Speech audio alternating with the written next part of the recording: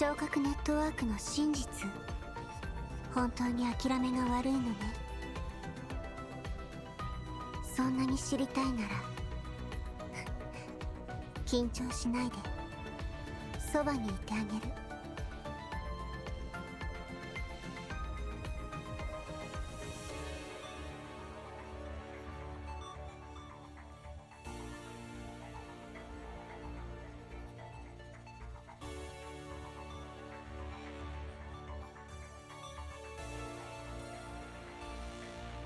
Yo, what's going on, everybody? Xanthos Vice here, and we are back with some more Punishing Grey Raven.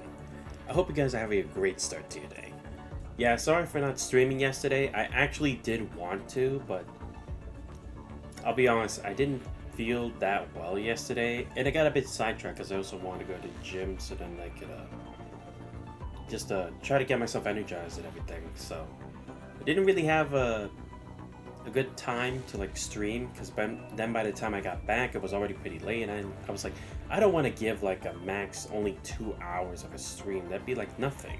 Like 2.5 hours, it's one thing, but like 2 hours, that's just not me. But anyway, where we last left off, we had finally started with the newest chapter where nightmares dwell, with Liv Limpidity finally being the center of everything, and I'm like, about fucking time.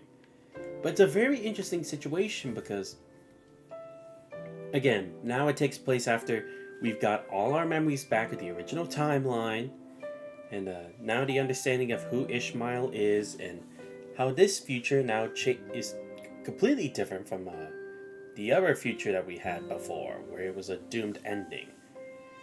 Because now a new form of construct technology is possible. Let me just put it here for now because it's a bit loud. But yeah, we went through a bit of that because Liv is kind of a new version. But however, it does seem to like bring its own problems, right? Because this is basically it's like a form of ascension from like the regular construct technology that we're used to, right? So then it brings into question, how exactly will this turn out?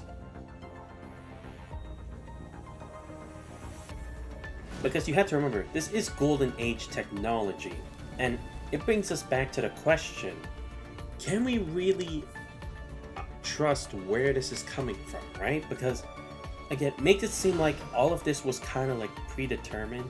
I mean, we kind of know a bit of it from like Dominic, but not to that whole extent, and then to like legitimize it to the public would be dangerous, because you have to remember, Kureno has always been trying to find ways to reach a form of ascension for humanity, regardless of the consequences that would come about from doing such experiments, like the ones that ended up with the creation of Lucia Crimson Weave, Luna, a lot of the other ascendants that we know of as well, the understanding of many different mechanoids existing aside from just constructs, and trying to gain new abilities to kind of control that and to reach like a new level that ascends humanity. So it really does kind of come into question, where will we be on the side of it? Because again, it's good because this can help us fight off the punishing more efficiently. But at the same time, it does kind of risk us, like, will we even be fighting for will we even be symbols of humanity anymore as we continue this venture? Because, again, if we're going to become so reliant on this kind of stuff and continue with this line of thinking, it's kind of no different from Kureno, because they'll do whatever it takes to reach that victory. And we always say we're going to achieve, or we're going to reclaim the Earth for humanity. But will it mean anything if we give up what it means to be human, to like have to, because it's one thing to adapt to the situation in the world, it's another to completely change yourself to, as per like the world's order or something. You know what I mean? But anyway, that's kind of like a side point. Anyway, we're checking out the mystery here as to a new signal, like punishing and everything. And supposedly someone else knows about like the minds and evolution, where it's like those words coincidentally together right when we're talking about it, there's no way it's just a coincidence. But again, it's like, is it someone else's trap, or could it be like this is actually good for us and it's just a coincidence? I don't know. So we decided to tackle this head on, but again, it's like, I'm having a hard time kind of actually trying to understand what's going on here.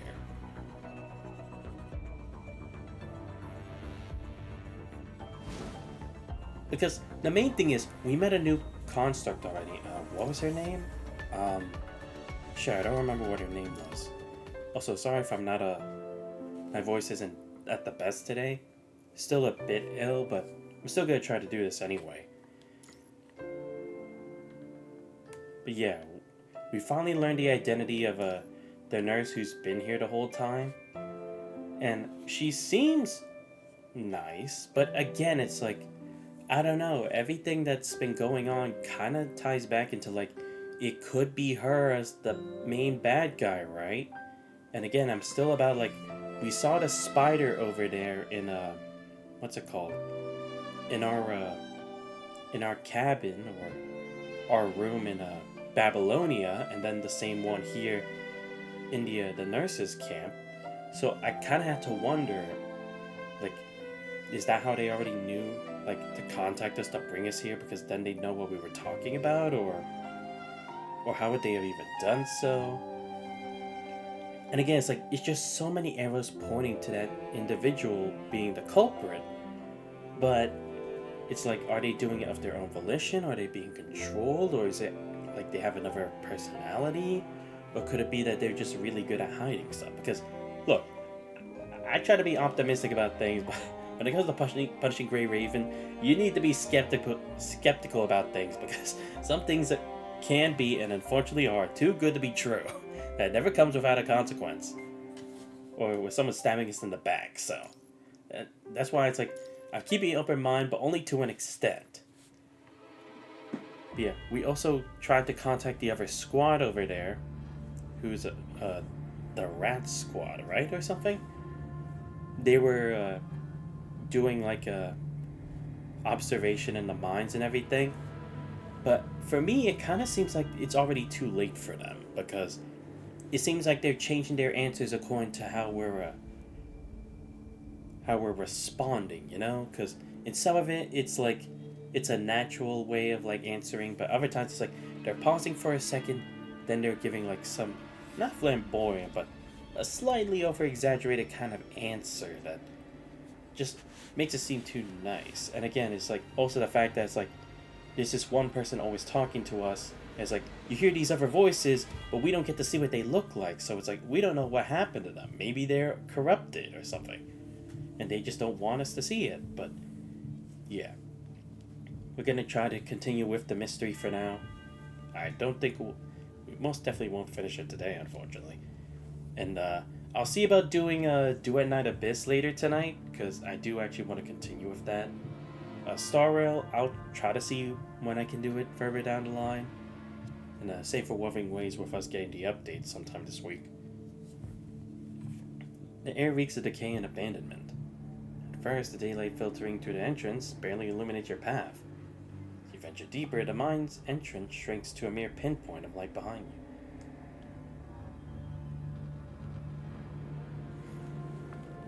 Oh right, we also did learn that this new mechanoid who we've met along the way, who is the nurse for for the conservation area, is actually a very unique type of mechanoid that was actually from the Golden Age. One that's supposedly used as like a form of psychology or therapy. I don't remember what exactly it was, but it was like they extract like the signals or like the brain waves of those moments, or the electrical signals that emit that sense of like what's making them have that fear or that trauma. And it's like, it's one thing if you're getting rid of a memory from your past, you know, because sometimes it's like that one specific memory, it's like it won't always like come back to haunt you at times, but it's like, it's just sometimes that fear will still be instilled, right? But this is more so of like not only just taking out that memory, it's taking out that whole emotion. So it's like when something like caused them fear, like the constructs or pain, they're taking away the sense of fear as well, and that is really terrifying.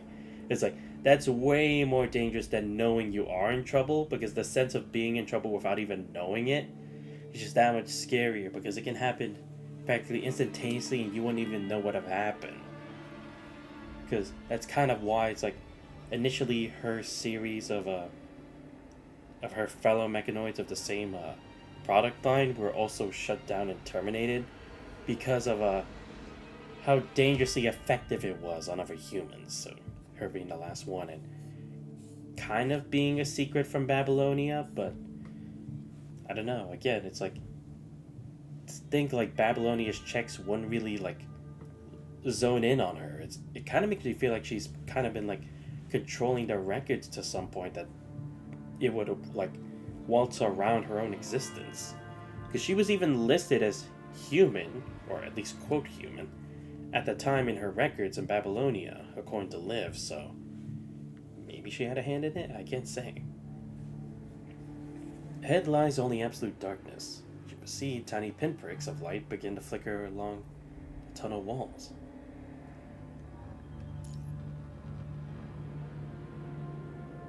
There are glow sticks jammed to the rocks in a strange haphazard manner. They're Babylonia issued. Must be left behind by Rodin as markers. Yeah, the Rodin squad, that's who they were. Says Liv as she switches on the line device. Squints your eyes adjust to a new glare. Under the powerful beam, every detail of the mine stands exposed. The site has clearly been abandoned for years. Unidentifiable mechanical debris and wrenches lie scattered about. There were occasional hetero-creature corpses. Dust then partially blankets everything in this place, long forgotten by time. On the ground, distinct grooves from a trail leading deeper into the mine. Oh yeah, that was the other thing. It's like, supposedly there are corrupted here, but it's interesting because the situation here is that there aren't really supposed to be, and there aren't like surges of corruption or punishing that are being detected by our radars. And also, the mechanoid who we met, she doesn't seem to be emitting anything that's like what you would sense from an ascendant or something like that, you know? So it's like, that's kind of why it's like, even if she had the power and she's controlling them, would she not be corrupted in turn, because she would have to link with the minds of, well, the corrupted. So it is kind of interesting how that works. Like, maybe she's an exception, maybe it's like an elevated skill that even Babylonia doesn't have recorded. I don't know. But yeah, the punishing are moving to like they're being given directions, right? And we've only seen that happen with a select few of ascendants back then. But if she's not an ascendant, how would she be able to do that? Like, is what she's already able to do for humans like able to work on a corrupted just like that with no backlash, or what? After moving forward a bit further, the trail changes. The continuous grooves are giving way to distinct spaced impressions. A child's footprints? Liv opens her mouth but hesitates, finally biting her lower lip. And our creatures wouldn't go to such trouble to drag away humans, especially a child so light. Liv refuses to consider what that implies. Let's follow the trail. Understood. Liv dims her line device, takes the lead as the two of you dash deeper into the mine. The interior winds and twists in all directions, or winds and twists in all directions. Despite several attempts, the satellite cannot scan an accurate map. There is no choice but to press on, following the footprints pressed into the ground. When the mine the child supposedly dragged inside is clearly not the only one capable of leaving such traces. You back out at third wrong junction you've entered. Yo, what's up, Twitch King? What's up, sir? What's up? Oh, yeah, sorry I, didn't do the thing on Discord. I'll make sure to do that, after stream. I just, forgot. I also don't know why I keep forgetting. It's like, I write notes for myself, but I just keep forgetting to. But I'm gonna hang it on top of my monitor. You remember? Yeah, I remember you, Twitch King. Don't look that way either. No, there's nothing but hetero creatures that way, too. This isn't getting us anywhere.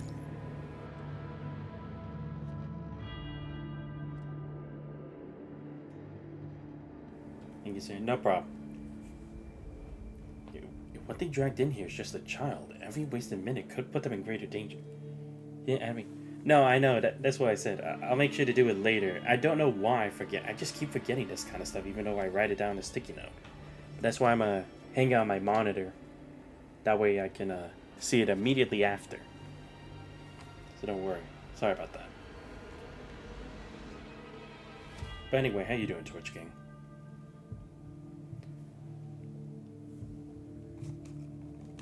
Let me see. Is that the right one? I think I have that written down. Yeah, I have it. Let's contact Rodin. But it's been exploring the mine for a while, so they should have a basic map. But yet, they might have already run into the child. After a series of intermittent statics bursts, flare, the captain Rodin finally connects to the communication line. Well, I just think... I see. Gotcha. I understand. Grey Raven? Are you already inside the mine? You seen any of the markers we left behind? The vastness of the mine gives Flyer's voice an eerie hollow resonance. We have, but we run into some unusual circumstances. Would you be able to send us a general map of the mine and grant us location tracking permissions? It would help us keep track of each other. The map? His voice paused briefly.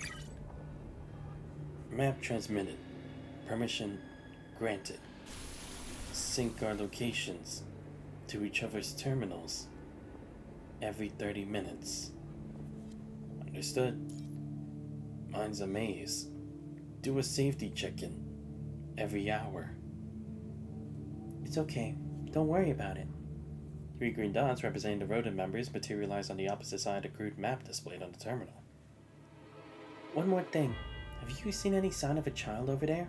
Heard anything? A child? Transmission is now marred by noticeable static. Haven't seen a kid. We are what seems to be an old laboratory area now. There's something off here. The signal is terrible. After a burst of harsh piercing static, the communication cuts off completely. That can't be right. I already installed signal boosters before we entered. Niv taps the terminal with a puzzled expression. Might be some kind of jamming device in that lab area. I suppose that would explain it. I'm honestly kind of surprised. The commander isn't usually this, he isn't usually this clueless, because he would at least think, like, something's wrong. I mean, I don't know. Again, it's like, we are still getting communication with them, and we are still getting the answers we want, so I guess by then it's like, he still trusts, like, that information is correct, because it does, like, line up with what we have and what we know. And the terminal reveals the basic map made by Rodin. It's clearly marking all the branching tunnels and notable features within the mine. Let's keep moving.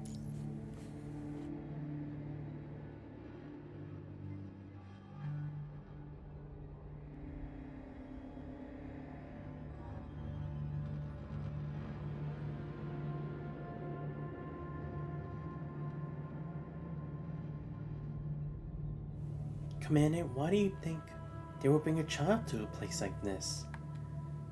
The cave is pitch black. The lighting equipment useless against the mining tunnel's overwhelming depth. It's hardly a place anyone would bring a child for fun. I'm not sure. The possibilities are a churning pit. At our moment's thought, 3 or 4 grim reasons surface. Could there still be an active experimental facility hidden deep within the mine? Right, because supposedly they were also, like, carrying out experiments here, and supposedly from that one guy who managed to sneak into Babylonia, or the Star of Life, he said that he heard researchers talking about the whole evolution and mind thing. A conservation area child? Or a wanderer's child? Disappearance would go unnoticed, making them perfect test subjects. Did the child overhear a dangerous secret? Conservation Area 368 has a mechanoid doctor and several people supposedly aware of mind and evolution. Did the child have overheard something and then been discovered? And also, there are far too many possibilities to determine the most likely scenario now.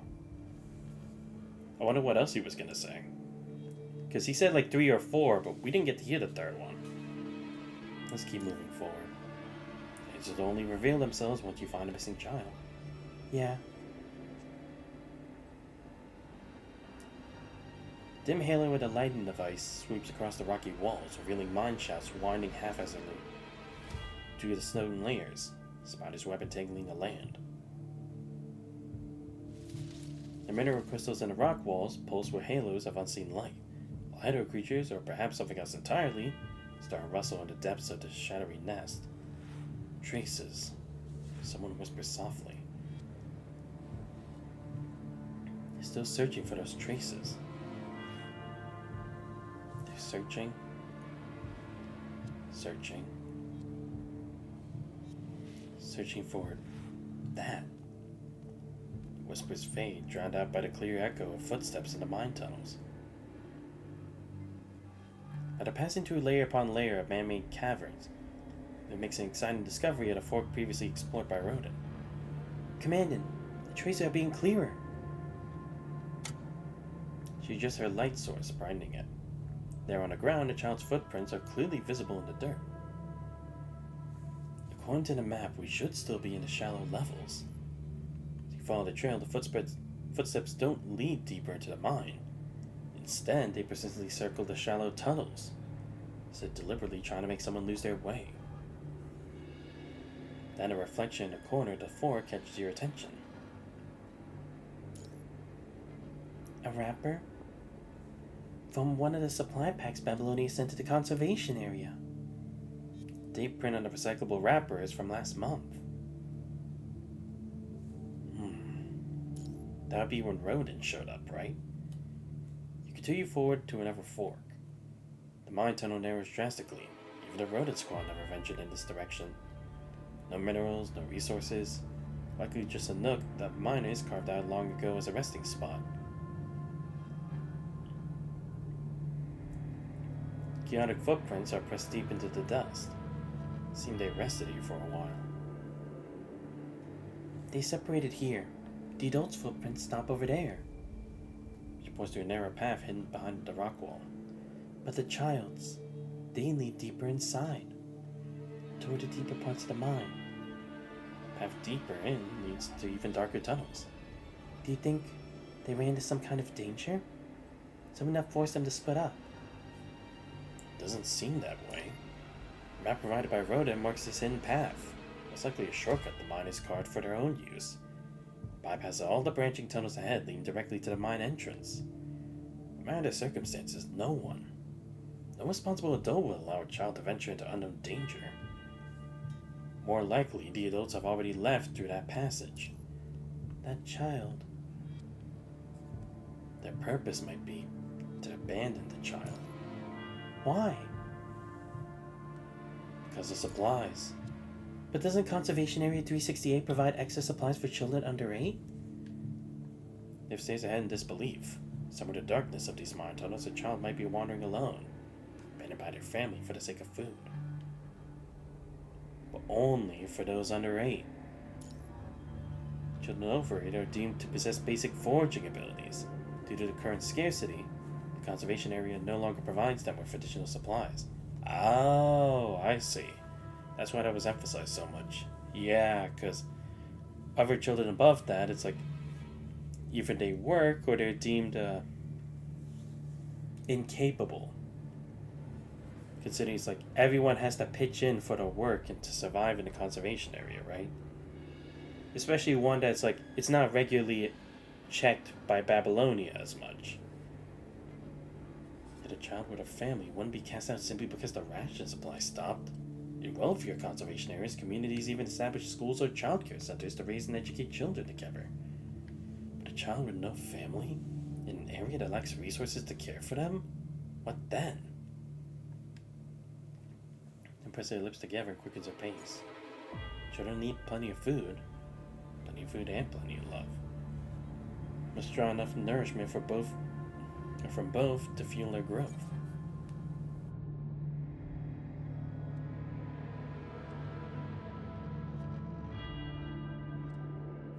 But in times like these, there simply aren't enough resources for an orphan in an impoverished conservation area.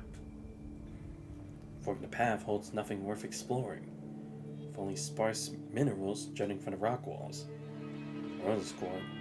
The rodent squad marked this branch on their map. Nothing here. Even hedge creatures can't be bothered to stay here. The path ahead grows darker, forcing Liv to constantly adjust her lighting equipment to pierce the gloom. Rock walls press inward from both sides. Passage behind you narrowing. The two you can only proceed single file as a pungent smell of damp earth grows stronger in your nostrils. Distinct sound of water echoes from somewhere nearby. Commandant, is there anything behind us? Nothing. We can keep moving forward. Liv stops abruptly and you nearly collide with her back. Liv? Instinctively, you draw your sidearm and aim it over Liv's shoulder toward what lies ahead. In the halo of your equipment's light stands a child with long blue hair, clutching a bright red wild fruit, staring blankly down a path. Oh, so it was her. I was kind of wondering, right? Because you said her family doesn't, take care of her or anything, right? It freezes for a moment, then rushes to the child's side. Are you okay? Sets her light down and quickly examines the girl. Little girl sways slightly in Liv's arms, expression blank and stunned, unable to comprehend what's happening. Thankfully, there are no visible injuries. Murky droplets fall from the stalactites overhead, spreading across the moss-slicked stone floor.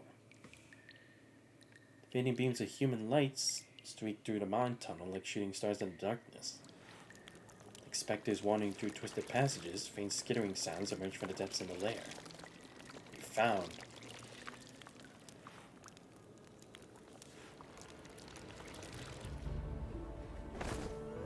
What was that sound? His head lifts in a sharp alert gesture. You immediately mirror her action. Commandant, did you hear something? Listening intently, you find nothing in the cave beyond the echo of footsteps and the occasional drip of water. Human senses will always be inferior to those of constructs. No matter how much you concentrate, you can only perceive the ambient sounds from around you. I don't hear anything unusual. What did you hear? I'm not quite sure. It's like a sudden sense of unfamiliarity that emerges in a fog. What you heard, or perhaps received, is chaotic, jumbled. You can't grasp what it's saying. Is there really a sound at all? Let's get out of here first. With a child in your care, you can't afford to take risks. Yeah, let's leave first. The mining tunnel, the footsteps of the three gradually fade into the distance.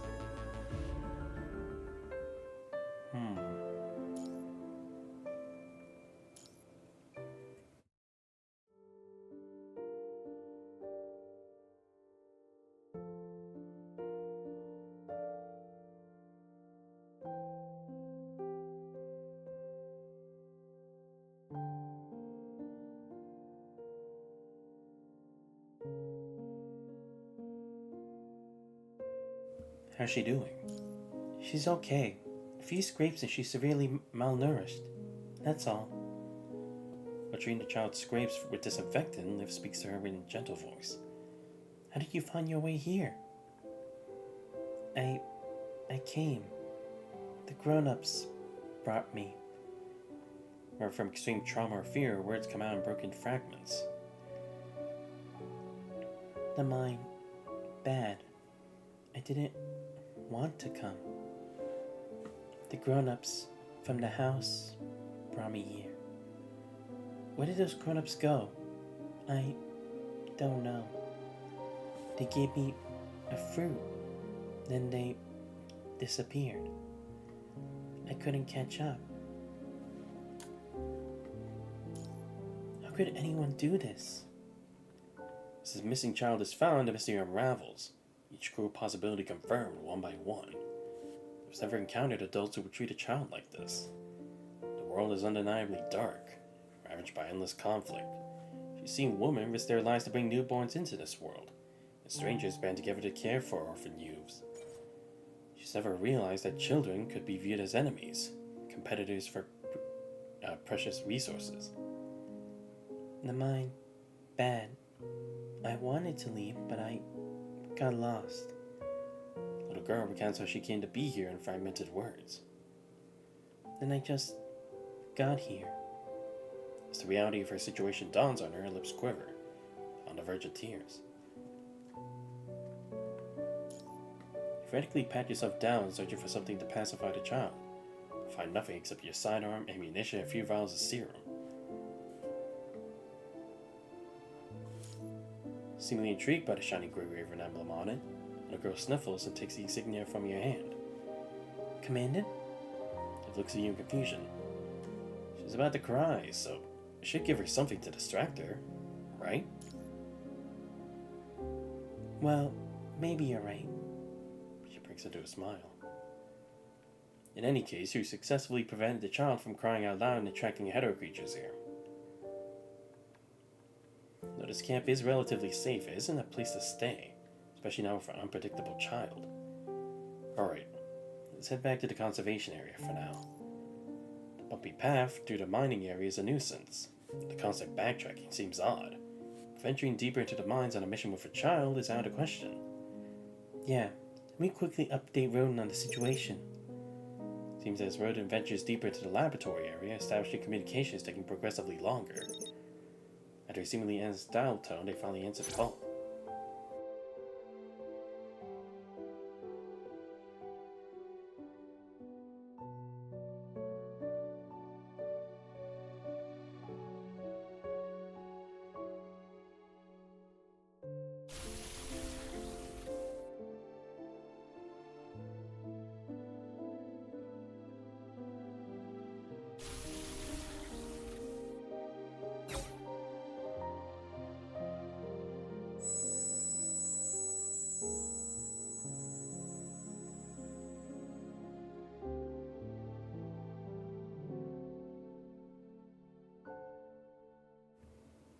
As if it were an illusion, the moment the call ends, a strange sense of dissonance rises again from within her visual module.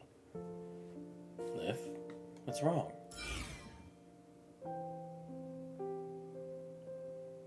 You steady Liv as she sways, immediately scanning her mind. Only minor fluctuations, well within normal parameters. Your mind beacon shows no abnormalities. It's still my visual module. Could be something wrong with the processor, but I'm not really sure. It might be caused by the minor mind fluctuations from earlier. It's fine. Roden also mentioned that the minerals in the area can cause slight mind disruptions. Roden Squad did mention these effects inside the mining tunnels. For some reason, you can't shake the feeling that there's more to this than meets the eye. Let's head back to the conservation area first. After logging the fluctuations in Liv's mind, the two of you escort the child toward the mine entrance.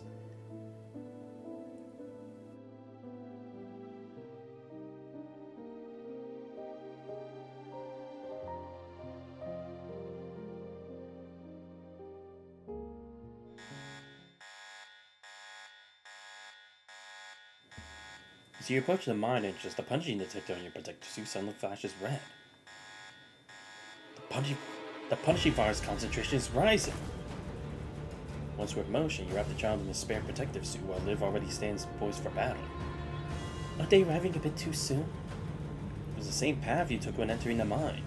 Even if new hetero creatures had spawned, they couldn't possibly have run this quickly. They must have moved here from another part of the mine. The creatures have always presented and they tried to attack humans. Not for food, nor for sport. Science Council once delved into this behavior, but their research yielded nothing. These creatures are simply humanity's natural enemies, attacking for no reason other than to attack. Moved here. After eliminating the cluster of hetero creatures, you find two human corpses at the center of the circle of monsters that formed. Discovery both shocking and greatly expected. They look like residents from the conservation area. The grown-ups. Oh, her parents? Little girl who had been silent for most of the journey suddenly speaks. Says that two bodies mangled beyond recognition by vicious bites.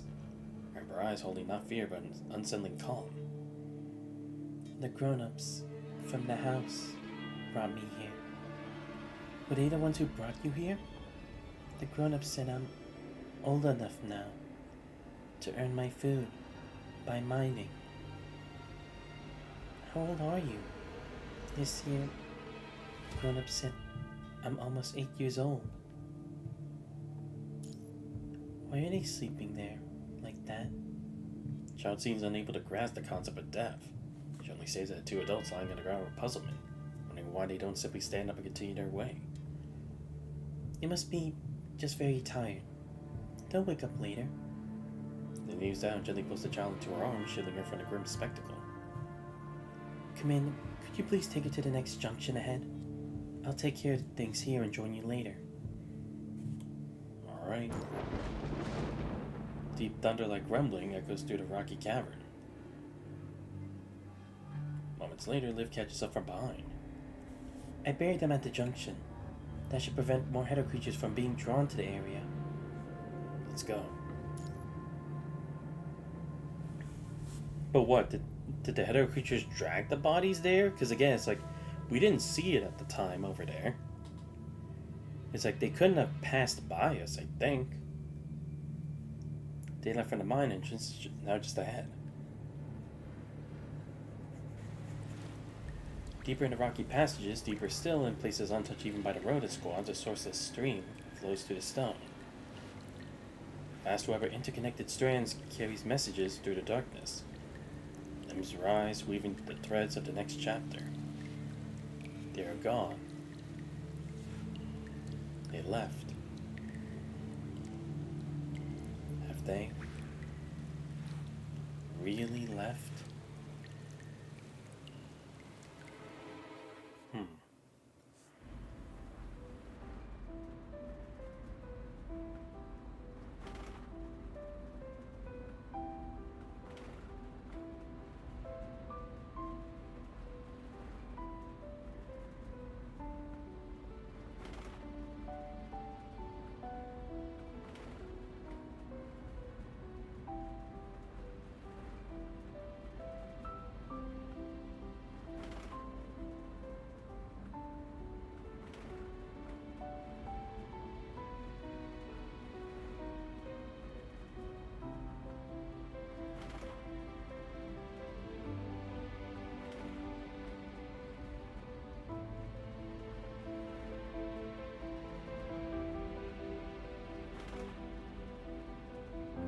Ark and Nyla should be fine back at the mine, right? They should be. Ronan said that they've settled them safely at their camp. Oh, right, the two other people who were missing.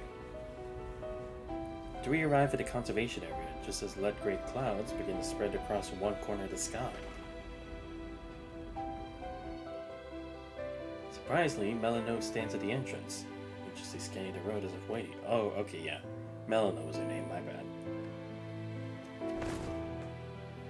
As soon as she spots the vehicle in the distance, she races toward it desperately, nearly tripping over the hem of her dress in her haste. Melano, something happened at the conservation area?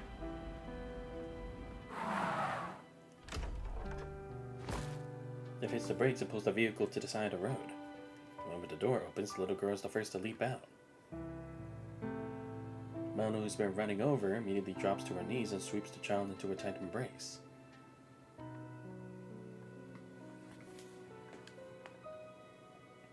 I'm sorry. I'm so sorry. This is all my fault.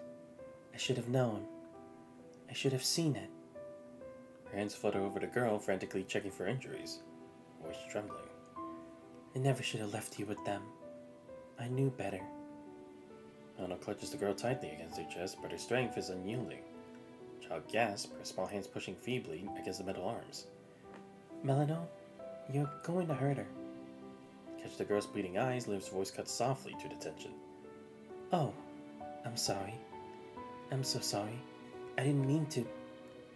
Brace breaks as Melina recoils, so an alarm rang on her features. The girl seizes the chance, darting from her arms to cower behind Liv. What are you doing out here? Is this the child you told us about? Yes. Melina's gaze remains locked on the child behind Liv, terrified that even a blink will make her vanish again. I'm sorry. I didn't mean to scare her.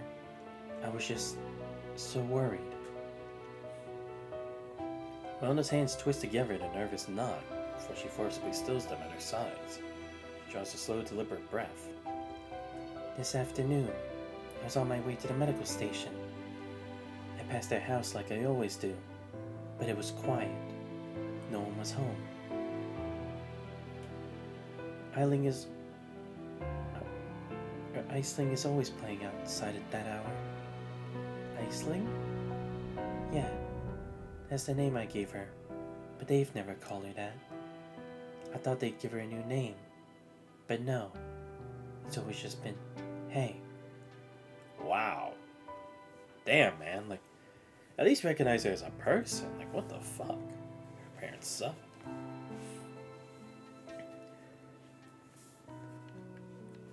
I looked for Aisling everywhere. Their home, their work site. The couple wasn't there either. Someone said they saw the couple taking her toward the mining area early this morning. I want to go after her, but you know what I am. I'm a psychologist model mechanoid, never built for combat.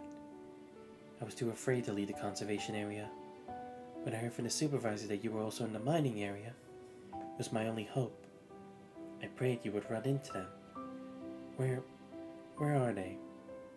I mean the two adults. Didn't they come back with you?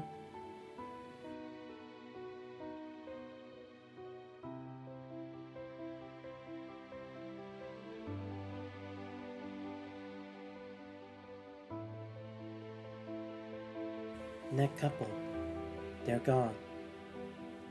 Liv leans in close to Melina and whispers in her ear. What? How could that happen? Traces found along the way made the story easy enough to piece together. A discarded character from a fairy tale, the young girl with amber eyes named Aisling, was led into the mine by her foster parents just before her 8th birthday. Her no longer able to secure extra supplies for the conservation area, they decided she outlived her usefulness. Okay. I was kind of confused with that. I thought it was like, once she goes past the age of 8, they stop sending the extra supplies. I didn't think like, oh, it meant at 8 they stop. But I see, yeah, that's why. She fought them, of course, but a child's instinctual struggle was nothing against adult strength. Dragged her into that pitch black hell. Mine tunnels twisted like the massive, intricate spine of a serpent. Labyrinth where even adults could barely find their way to a perfect tomb for a child. Left her with nothing but a single wild fruit, abandoning her in the dangerous abyss. Touched for years, the tunnels could offer countless ways to die.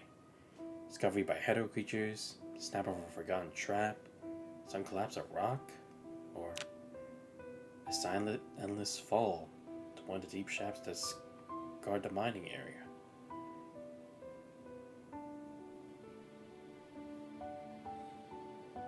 Tears already streamed silently down Melina's face. I'm so sorry. I should have known. I should have seen it.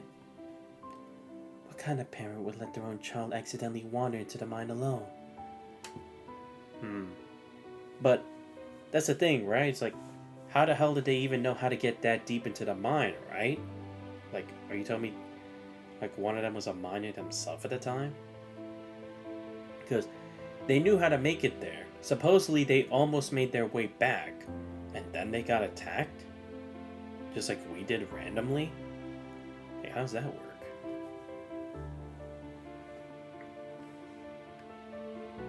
Her hand trembles as she reaches out, as the gesture toward the girl hiding behind Liv. This isn't your fault. No one could have predicted such a tragedy. When I brought Aisling to them, she was so small. Just a baby. From all the emotions I detected in humans, I learned that humans form bonds, that they care for their young. I thought if she didn't remember me, she could form a real bond with that family. that they would love her and raise her on it as their own. Give me a second, I have a phone call.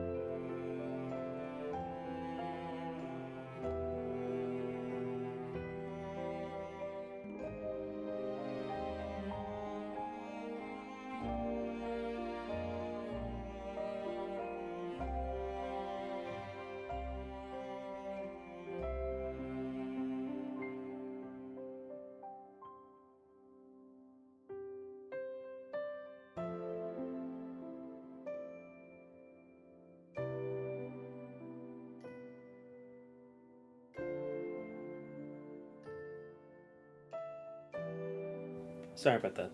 Phone call took a while. Only once Melina was gone does she let her focus it on a nearby vehicle, her gaze lingering pensively on its tires. During today's trip, she remembers she hasn't slowed down at all. Saw rustle of fabric breaks her thoughts. It's down to find Aisling staring up at her. A faint trace of anxiety is visible in the child's eyes as she was waiting for a sign. Wait, what was that other part supposed to mean?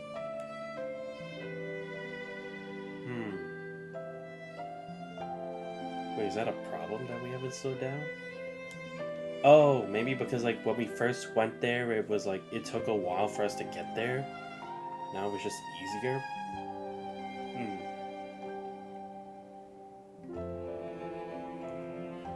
Understanding, Liv gently ruffles Aisling's hair. Her voice soft and tender.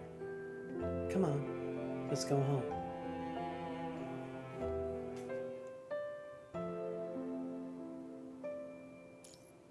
The veil between.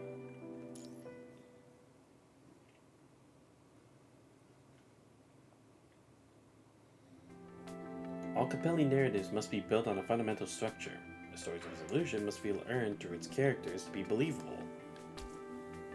The words on her terminal are skimming the forum post without truly seeing it. Tension scattered, mind adrift in a fog. Well, lately it seems every article and post has echoed the same sentiment, just like yesterday. Yesterday, what had she seen yesterday? I was plunged into an unexpected void. Perfect blankness where the memory should have been. She suddenly could recall nothing from yesterday at all. Oh, then that's what that meant? It was moving fast as like, she doesn't really remember much of like what happened in that time that they were traveling back? Because even though it was a smooth ride, it's like she doesn't remember that. A faint knocking sound echoes at the door like a small animal seeking shelter.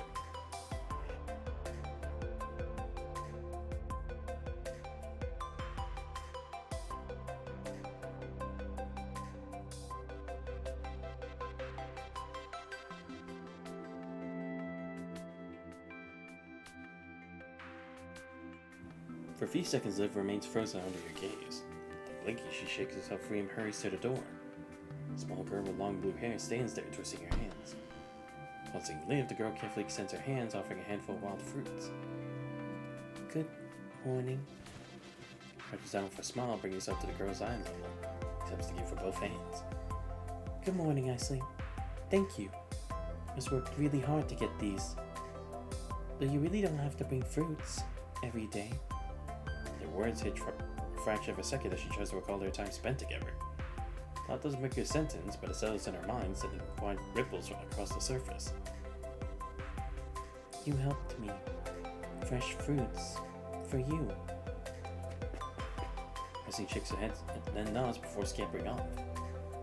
Wait. The sentence hangs in the air unfinished. The girl's already gone. Treats so immediate and seamless that feels like a well-worn routine.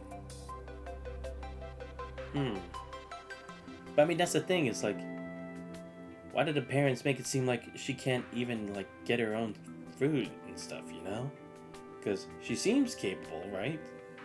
But it's like, would that be reason to abandon her? Or then again, I don't know, I guess, like, they just didn't see her as their real daughter by that point. It's like that was the only thing in their minds, I guess.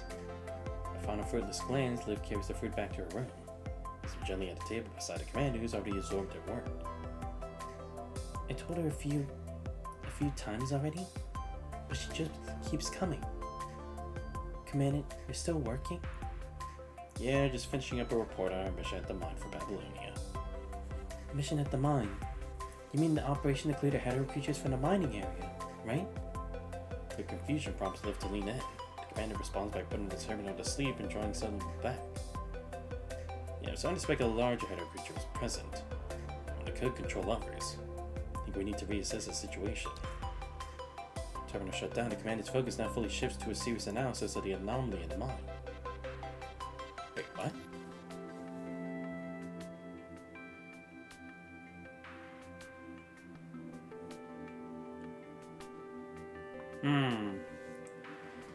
Is he suspecting that something's happening to Liv? He has to be, right? Because, like, not showing her the report? We always show the reports. Maybe he's trying to confirm something.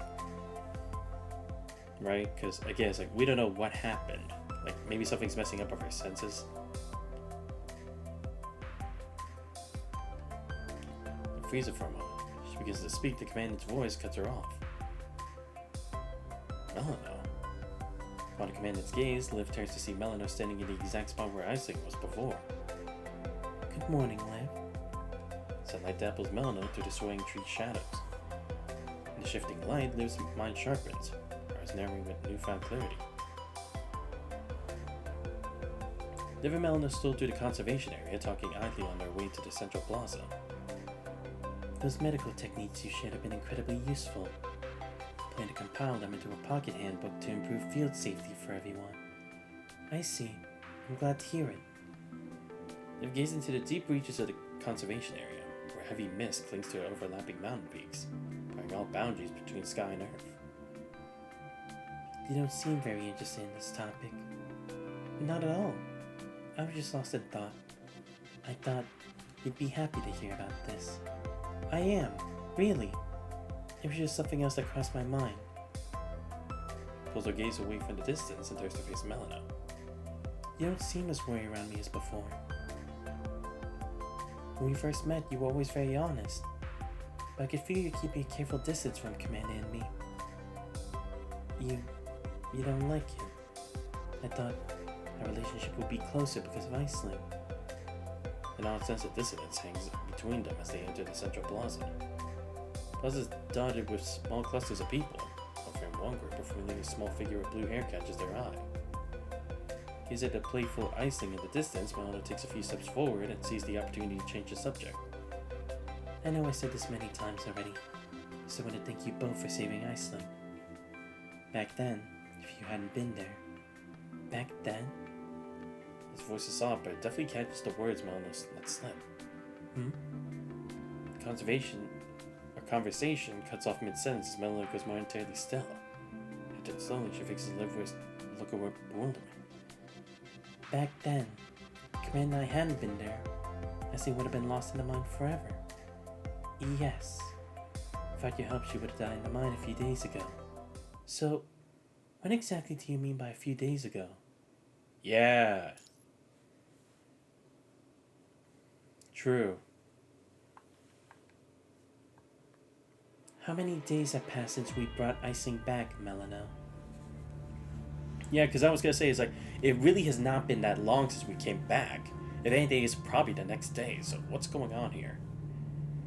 You said that you'd find a new adoptive family for her. May I ask how that's coming along? Yeah, because I was thinking, it's like, could she be using Aisling as, like, to like, hit at our sympathetic side, right? And be like, that's one more reason we have to stay, right? Because we should be continuing our investigation, but we're not. Not to mention, this would be like when we could call backup or try to reconvene with Babylonia and see what else we can do. Warmth gradually drains from Liv's voice. I'm sorry. I don't understand what you mean. You seem upset. Has Aisling been misbehaving? Is that what's bothering you? This has nothing to do with Aisling, Melano. Someone's been keeping Commandant from me. That's why I'm upset. Ever since that disorienting moment at the dining table, Liv has been running constant diagnostics on her internal perception modules. She's meticulously sorted through the fragments of inconsistency again and again. The blurred sense of time, the endlessly stretching autumn days, and lowers her gaze. I don't really understand what you're saying, Liv. Are you feeling unwell? Such a convincing illusion you crafted. You almost completely got me. A faint smile touches Liv's lips, because of her memory in her eyes. But that's not the Grey Raven Commandant. A smile drops from Liv's face. She regards Melano, expression wiped clean of all emotion. Tell me, where is Commandant? Oh, there we go. Because I was thinking in my mind, because it's like, it made it seem like we were talking, but nothing happened. You know, we didn't get an option to say anything. We always get an option to say something, even if it's just something simple. Like, how's it going? You know? It's like, it didn't even give us that. So I was like, wait, what are they doing? Like, what's with the change of direction all of a sudden in the middle of the chapter? Ah, that's what it was. That's also why it's like, regarding the mission, we didn't say anything because they didn't want to expose anything. Very clever. So we were already in the trap by then. Mind tunnel. Time unknown. Mind tunnel twists through the deep earth like a serpent's coil. Portable light for your terminal throws a frail pool of illumination. Push back only a few feet of oppressive darkness. Where are we now? Timid voice breaks the silence at your side. Continue your alert posture, I scan the unseen threads of the gloom. One hand finds the child's head, offering a gentle, reassuring pat. Oh, I see. This would have happened when we separated, right? So, like, it didn't actually happen. We never left. We tried to, but Liv never came back. After she said she would. Because it's like, did we really have to, like, go, like, we separate for 1 second and then back after? That dissonance, it must have already affected her by that point. It's okay. Don't worry. We'll get out of here soon. As you round a corner, still murmuring comfort, you draw a knife to score a fresh mark into the rocky wall. The motion, a torn strip of cloth bound tightly around your arms flutters. Gaze involuntarily catches on it, and the sight unleashes the recent memories. Sometime earlier, the two of you were preparing to leave the mine with the little girl. Then, oh, I see. He's creating a shock, right? By hurting himself, or by creating a mark. It's bring me back to my senses for that instant. Right, gets the blood pumping. Then I remember, oh shit, yeah, that's right. A deep thunder-like rumbling echoes through the rocky cavern. Yeah, what was that?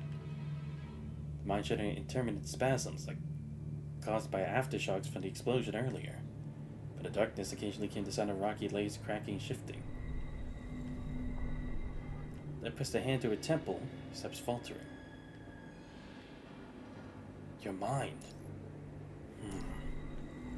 When you try to steady your fluctuating mind, a searing needle-like pain stabbed into your own mind. Your surroundings began to blur, split, and double before your eyes. What's going on? There's no time to determine if it was the minerals or the hetero creatures. Abdicone forcibly tore a long strip from it. Commandant? This strip firmly around Liv's wrist. Then wound the other end tightly around your own forearm. It's a physical anchor. So even if your minds descend into chaos together, you wouldn't lose each other. Oh. Clever. Are you alright? Icing timidly tugs at the edge of your clothes, pulling you back for the grip of memory. The broken half of the cloth strip remains tightly wound around your arm. Liv is nowhere to be seen. I'm fine. Sudden searing pain lances through your skull. Stumble, the word tilting, and barely catch yourself from falling. Are you okay? I'm alright. Ever since separation from Liv, a presence has been trying to attack your consciousness. More precisely, your mind being that so connects you to her. Assaults have repeated, wave after wave. You just shattered against your mental defenses. Now as your latest one recedes, you push back against the rock wall, steadying yourself as you struggle to your feet. I'm fine. Just keep moving. I don't like the way that they shadow her eyes, you know? It's like, it may be me zoning out at points, but I don't know, maybe she's the cause of it. Because again, it's like, if that spider was some way of like monitoring Grey Raven and them, they could know to use her as like our soft spot to keep her around us, and that's actually the problem. The child closer you advance. Every fork in the tunnel, you leave a clear mark. A guide for Liv and a trail of breadcrumbs for yourself.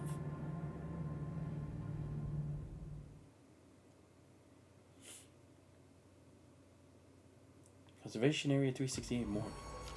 You stands motionless in the shade. Your gaze locked on Melanie. After a prolonged silence, the latter's lips twisted an unsettling smile. So you noticed. In this place, there's no value anymore. Voices hoarse, distorted, like a soulless marionettes. At the same instant, Melena's empty shell collapsed before Liv's eyes. Another puppet in disguise.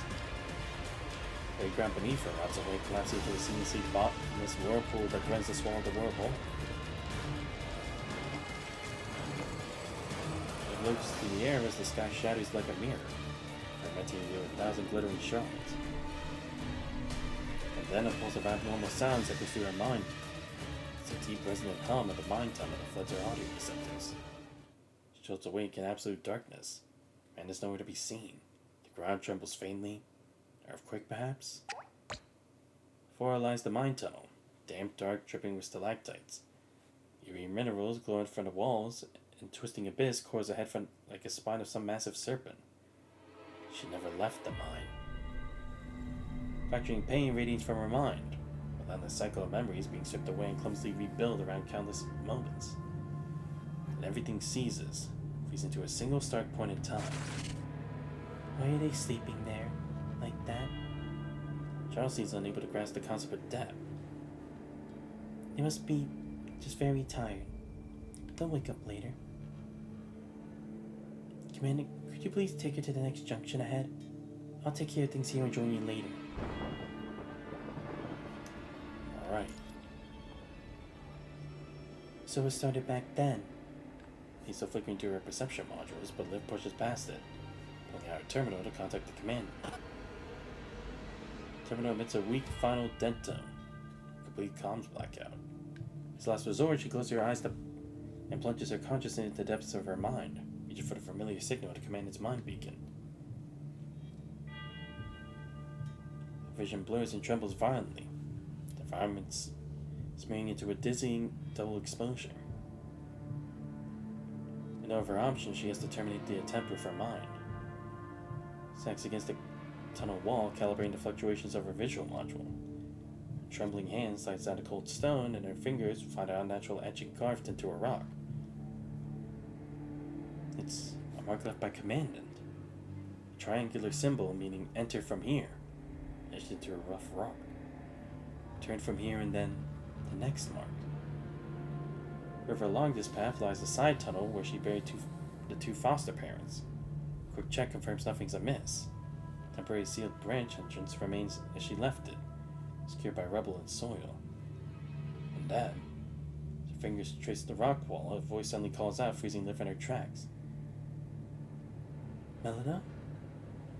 Visual module's been glitching with mind interference, but her audio is clear. She knows that voice instantly. How come she's in the mine? Should she still be trapped in this illusion right now? Holding her breath, Liv slowly moves toward the sound of Melina's voice.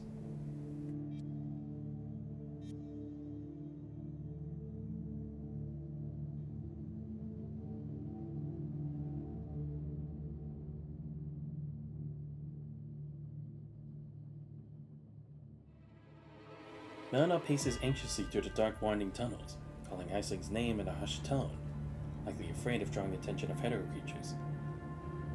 Aisling, can you hear me? She's equally unfamiliar with the passages. Just 20 minutes, she's backtracked through the same branch 3 or 4 times, repeatedly taking wrong turns. Seeing her shadow, Liv watches, scrutinizing her every move. She doesn't trust Melina. Whoever or whatever is weaving this illusion must know Melina intimately to use her as such a central puppet. That alone suggests Melina may not be as innocent as she seems. It's just that it weighs her options carefully. Her visual module compromised. She can't tell if her disorientation stems from mind fluctuations or physical shifts in the tunnel layout. Communications are still down. She can't reach Commandant. Calibrating her mind to locate Commandant's mind beacon would cost more precious time. In these conditions, anyone in the mind could be a clue to break the stalemate. She must reunite with Commandant quickly. Can't leave Commandant alone in this dangerous illusion. Nearby, Melina just through the deep passages like a mournful specter. Her voice a haunting echo as she calls the child's name. Forcibly recalibrating her visual module once more and confirming her battle systems are nominal, then finally speaks. Melina, Is that you? Who's there? Who is it? Melno stumbles backward in a panic, shoulders pressing flat against the tunnel wall. It's me, Liv. I'm out for the shadowy side passage, and Liv steps into the faint light. I heard your voice. Thank goodness. It really is you. Recognizing their familiar face, Melno's face shatters, placed by a wave of pure visible relief. Have you seen Aisling? Aisling. Oh, you probably don't know her by that name. Look on her face is raw with urgency and unmistakably sincere. You know, the one with the blue hair and amber eyes. The little girl you gave the gruel to, and you helped her once. Do you remember her? Her name is Aisling? Yes, that's the name I gave her. The family that adopted her never called her that. It's a secret just between the two of us. So then that brings up the question, why would that illusion know that, right? Because it would kind of paint Melano in that light, but again, it's like, would it really be that easy?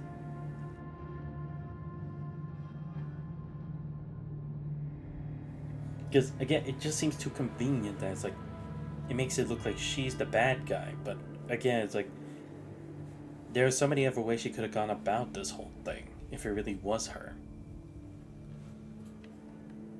But I have this feeling that I'm going to lose her again. Shut in darkness.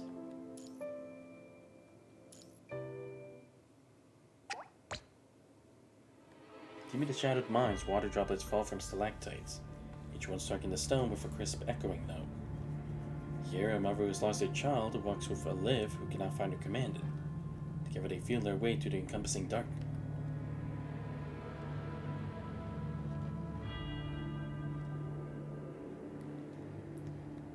How do you know Aisling is down here? Melno lets out a soft sigh.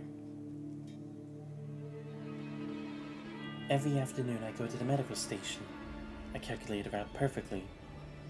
If I walk past Aisling's house around 2:30, I usually see her playing in the yard.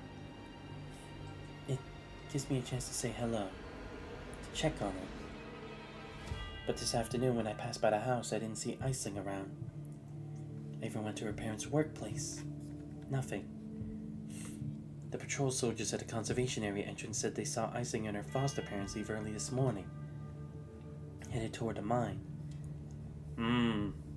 Again, that is accurate. At least with what we saw before, but again, it's like, how would they know that? If whatever is controlling whatever's happening here inside is doing this and cast the illusion, how would they have got that information just now to use against her, right? Like the fact that Aisling is her name, that Melno was looking for her, but she didn't find her. It's like, how would they have gotten access to it? I was worried, so I followed their trail all the way here, till I ran into you. A sensible route, a coherent explanation. At least for now, there's nothing suspicious about her story. She lowers her gaze carefully, venturing her next question. On your way in, did you run into any trouble? A few minor issues, but the real problem was a cave-in, I think. Not long after I entered, there was a sound, a deep rumble. Could have been an explosion or just a mountain unsettling. I don't know these tunnels well, so I can't be sure, but the result was the same. Several paths were blocked, having to find my way around them. Could you show me where the cave-in happened? Of course. Melno motions for Liv to follow her and heads towards one of the tunnel junctions.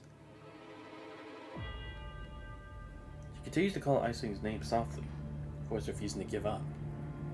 Aisling, is she the infant you saved? Yes, she is. Melno's voice, a hushed and sorrowful melody, weaves through the mine tunnels. When I found her, she was so small, just a baby. According to the records in my database, all humans should have a name. I thought about giving her mine, but when I learned where Melano met, it didn't feel right for a baby. So I searched through every book and file we had access to until I found it. Aisling.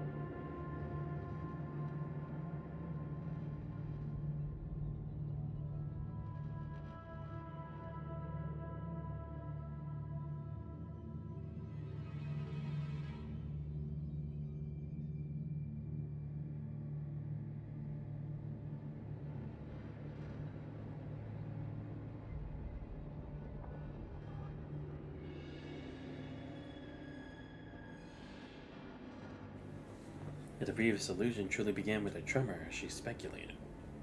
As they cleared the tunnel entrance, a cloud of dust billows around them. If narrows her eyes, her fingers blindly searching for the rock wall. Yes, this is it. So they catch onto a familiar triangular pattern. Commandant, are you there? She leans into a crevice, her voice a hushed call. The way is barred by massive boulders. It seems to collapse completely. Through the narrow gap, only the faintest of echoes can be heard. They must have moved deeper inside. She recalls the rodent squad's safe zone, set up deeper in the shaft. Communications dead and the exit sealed by the tremor, Commandant's priority would be to get the child to safety. The camp is the only logical destination. Should we try to clear all these rocks? Anna's already at work, her hands clawing at the rubble. Here, let me... Her sharp gesture lift signals Melna back. One foot motion draws the lotus wheel and unleashes its power.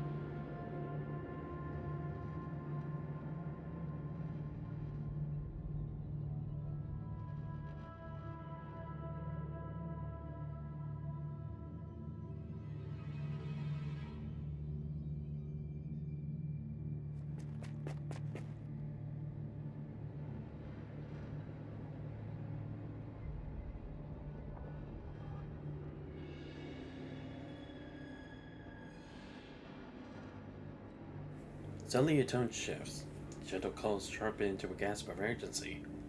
She lunges forward, stooping to snatch something up from the ground. A shoe? The visual module is still blurred. Their systems burst the silhouette instantly. I made these for Aisling. She must be just ahead. Cradle Melena's palm is a tiny shoe, sized for a child no older than me. I'd recognize it anywhere. This is her shoe. I made all of her shoes myself. I know I can't be her mother, but I always try to do what I can for her.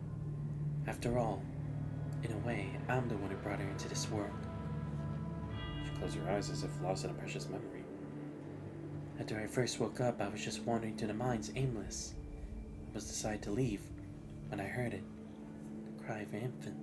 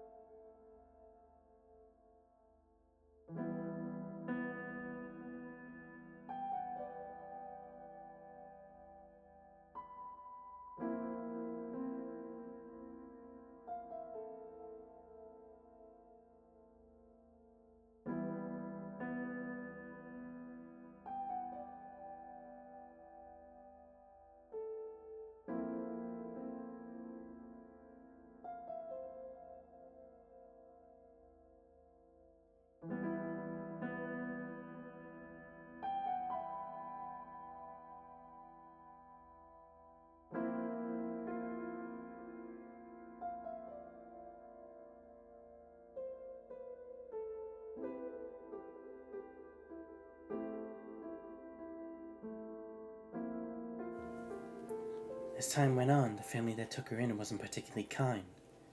The child's shoes would wear out so quickly. Eventually, they stopped replacing them altogether. I started making regular trips through the mining area to gather materials from the forest beyond. I made shoes for the children in the conservation area. And I made these especially for her. The fraying upper, its cotton stuffing peeking through, is reinforced by an extra layer of tough leather. She has a slight tilt in her step, always favoring this side. So for every pair I made, I'd add an extra piece of leather right here. You love her very deeply. Yes, such a feeling can be defined as love within human social relationships. Then, why did you let another family raise her instead? They pressed their lips together, falling silent for a moment. Because I realized I didn't know how to give her the kind of love that humans needed. A mechanoid can offer no human warmth. A mother's intuition to balance the delicate sustenance an infant needs to thrive. I'm not a nanny model. I've been disconnected from the network since the punishing virus outbreak. All I had to guide me was our original programming and a few dictionaries stored in my database. Right, yeah, because, again, to keep her secret and everything, and what with the outbreak, yeah, she would be disconnected. An infant's emotions are so pure, so simple. Once when she was wailing from hunger, I felt so helpless. I tried to devour that hunger emotion from her, but then she lost her ability to cry for food. Oh, I see. Is that why she's never really upset about food? Like when we give her the food, right? She didn't seem really troubled by it.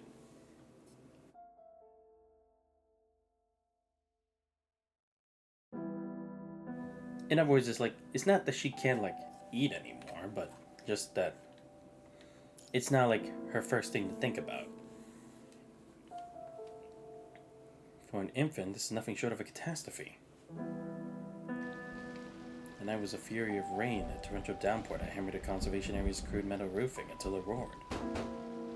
Beneath the din, Melina stumbled to a resident's door and beat her fist against the metal. Please, I'm so sorry to bother you this late. Just spit it out. It's Aisling. Something's wrong. She won't stop crying. It's burning up. I don't know what to do. Found every word, he grabbed a raincoat and followed her back into the deluge. I knew it. You found that child, didn't you? You clearly don't have a clue how to take care of a baby. You're like some runaway from a fancy house. I'm sorry. I'm so sorry. Inside Melino's quarters, the man dried his hands onto his shirt before gently pressing his palm to Aisling's brow. It's a fever. Only got adult pills, but we'll have to make it work. In his pocket, he produced a single pill. He broke it, selected a mere fragment, crushed it into powder. Dissolving in a cap of water, he carefully tipped the solution into the infant's mouth. Ah, okay. I mean, that is a good way of approaching it, because I was going to be like, there's no way you're actually going to give her the whole pill, right? But, yeah. As it worked quickly, and Aisling's frantic cries soon softened into quiet, even breaths of sleep. Did I almost kill her? The red-haired man let out a hefty sigh. What am I going to do? Eleanor looked helplessly at the infant in the makeshift cradle. When his quiet sobs filled the space between them. Only after a long and palpable hesitation, the middle-aged man spoke. There's a couple living behind the conservation area. 3 days ago, their kid didn't make it in the last hetero creature attack. He's 8 years old. Shut themselves in for a whole day after. You're willing, we could let them raise her. You say know what they're doing. You decide, you know where to find me. Ah, so that's why. Because I was like, it's like, even if she found it hard to struggle with, or found it hard to raise the child, it's like, I don't think that would necessarily have to merit giving her up, but I guess with that, yeah, she wouldn't really have a choice. It would be better for the child as a whole. After all, life is a life. And to be fair, this resident guy is like, he at least gave her options, right? Because he could have probably just kicked out the child or something. After that, I left that couple in the conservation area take her in. I never told them I'd named her Aisling. The psychological data in my database suggested that allowing them to name her would foster a stronger parental bond. But the outcome was clearly not what I expected. Seems human psychology cannot be so easily defined by textbooks alone. Yep.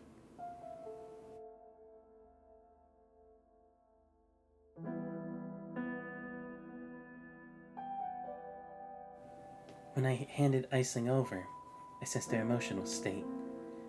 It wasn't pure joy they were feeling. There was something else layered within it. Something strange. I initially attributed the anomaly to the grief of losing their own child. But now I realize. Perhaps they were simply excited about the extra ration allowance. I see. It was like a twisted emotion, right? So it wasn't joy, but it was like... not necessarily relief, but... At furrows her brow, her mind silently cataloging the inconsistencies in Melino's story. The memory fragments in her mind are still reliable. There are at least 2 glaring discrepancies between this Melino's account and the one given by Melino from the conservation area. First, the discovery of Aisling. The Melino in the conservation area claims she found the infant years ago while returning to the mine for supplies. Now it shifts to while escaping. Yeah, that's what I was gonna say, because... yeah, she was looking for supplies. She said she was looking for, like, medical supplies, like pills and stuff, right? And then she heard the crying of an infant that was, like, being surrounded by hetero creatures. Second, the death of the adoptive family's own child. The original story was a tragic accident, a fall into a mine shaft. Now it's become a death of a hetero creature. Yeah, because that's what I was gonna say. It's like, there was someone who talked about something about a mine shaft, but I don't remember who it was that passed from that. Yeah, it was the child of that couple. Right. But here's the thing, it's like, maybe there are 2 Melinos that exist, right? Like, maybe one that exists here in the mine, and the other that exists over the conservation area, but there are 2 different ones. But then again, they wouldn't know the existence of each other, right? Unless one's manipulating the mind of the other to forget, or to no longer be able to remember their existence, but I don't know. Tough to say. The cause of death could perhaps be chalked up to the fog of memory, but Aisling's age. Chaos floods her mind. A familiar trembling undercurrent of pain surges up, forcing her to abandon that trail of thought entirely.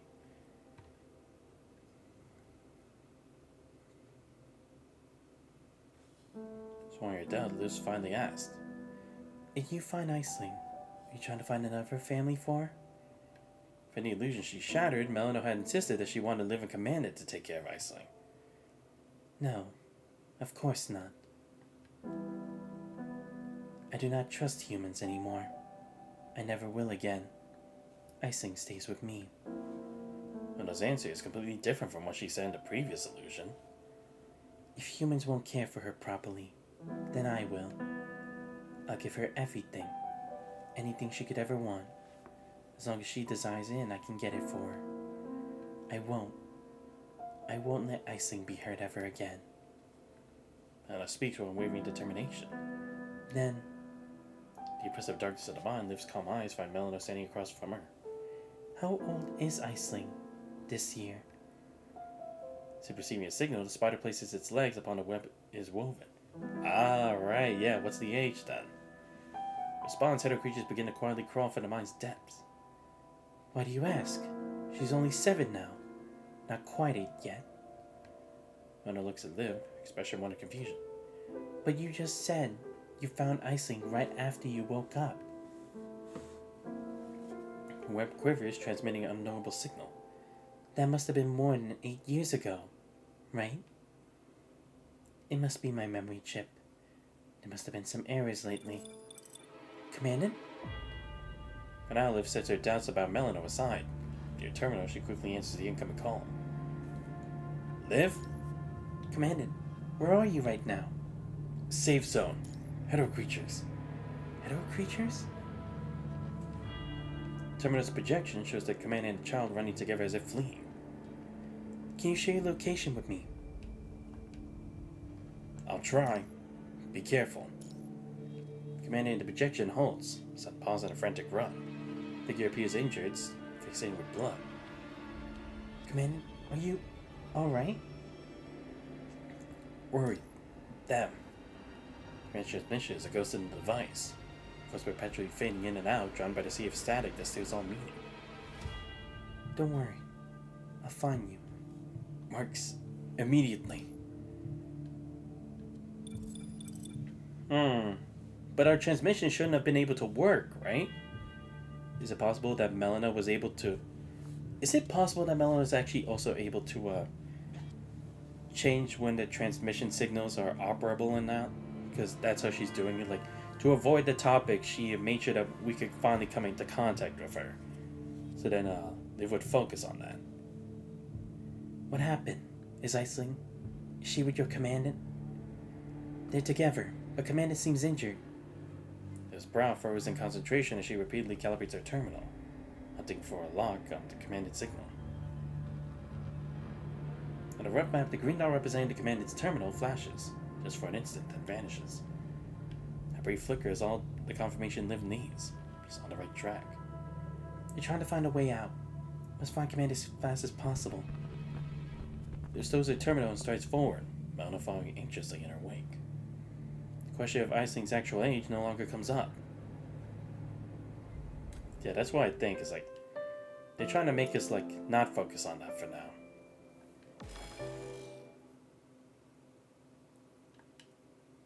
Aisling tugs at your hem, a small shadow mirroring your every step. Mind tunnels wind unpredictably. Their old paths altered by the recent tremors. Some of the marks you left on the way are now nearly impossible to find.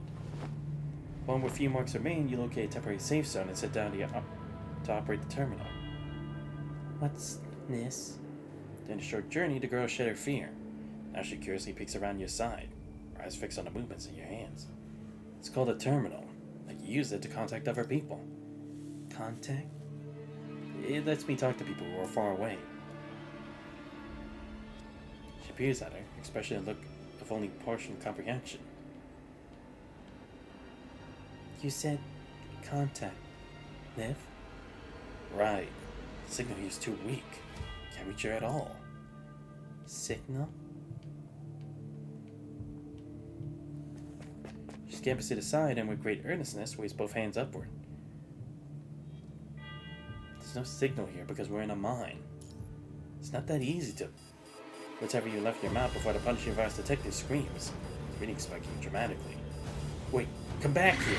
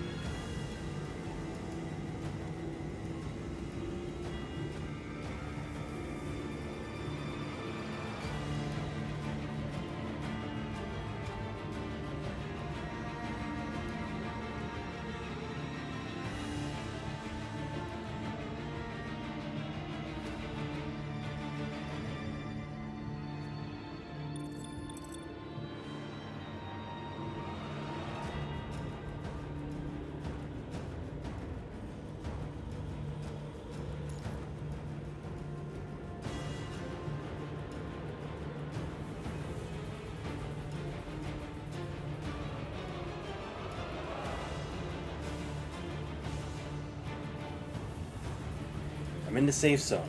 Hetero creatures suddenly showed up. Hetero creatures? And there on the screen you see a woman's silhouette looming behind Liv. Is that Melina? What's she doing here in the mine? Can you share your location? That's anxiously. I'll try to. It is evidently a near impossible task. carry a child fed off hetero creatures and simultaneously relay your coordinates to the terminal. It's no use. Can't get it to work. They've clearly haven't received none of it. She leans close to the screen, starting to decipher the fractured words. One moment, the tunnel falls silent again. The creatures temporarily repelled, retreating into deeper shadows. Nib, be careful around here. Something's off about the hetero creatures and the mineral crystals. Be careful with your mind. Concern is so palpable that it almost seeps through the screen. It's fine. I'm more worried about you. Hetero creatures. Something might be controlling them. Don't worry about me. It's nothing. Be careful with your mind fluctuations. Left marks along my route. You see them. Follow them immediately and come to the rendezvous with me. On my way. We'll meet. The call cuts out without warning as a hetero creature lunges from the shadows. So time to think. Time to worry about the voice on the other end. Instinct takes over. Try a gun, turn to face the threat.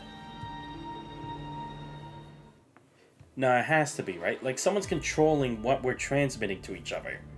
Because anything about the mind and the hetero creatures, it's cutting off. I don't know if they're actually doing that intentionally or just a coincidence, but they're leaving out all the important bits. Damp air hangs thick. Cold shrouds cling to liver melano as they press deeper to the mind. Without warning, the ground heaves. A blur of motion, Liv yanks Melano backward as the giant stone explodes against the spot where she just stood. Thank you. Melano stands close behind Liv, so shaken by the close call. Tremors continue, erratic, and suddenly grumbles from the earth. Sensors flicker scrambling to pinpoint a source, but the readings are a chaotic jumble.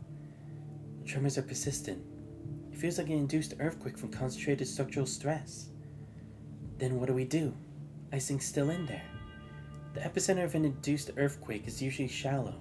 It shouldn't escalate into a full collapse. Let's keep going. She just caught a glimpse of the commander's position. Though it only flashed for an instant, it was enough for her to determine the general direction. We turn right up ahead. They likely pass through the safe zone. Liv's lips pressed into a firm line, because her pace without another word. Past the third intersection, ahead lies the first safe zone where Commander and the child might have stayed. What's that over there? Liv's battle instinct screams a warning before her visual module can even adjust. The air shifts. In one fluid practice motion, the lotus wheel is in her hands. Its blade arcs through the darkness, meaning the hetero creature that calls it from the shadows has to get apart. Why would hetero creatures show up here?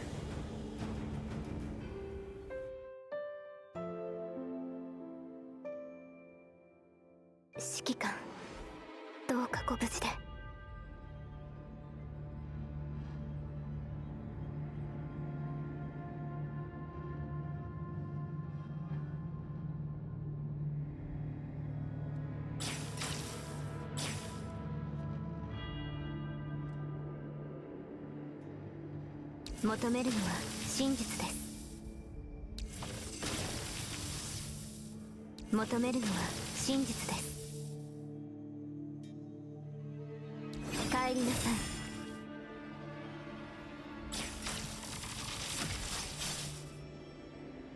い。異合生物が進路を塞いでいる。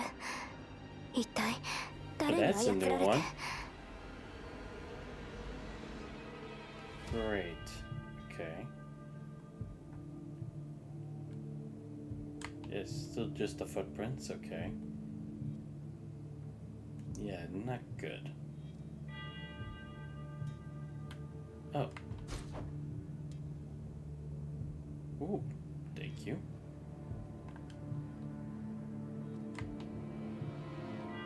Hmm.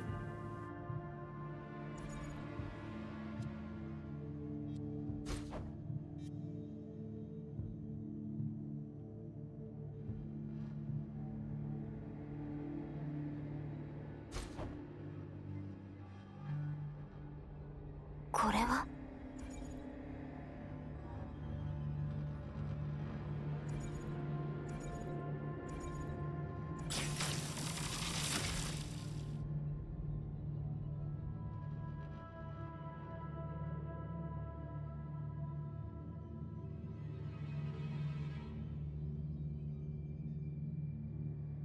前方にキャンプが。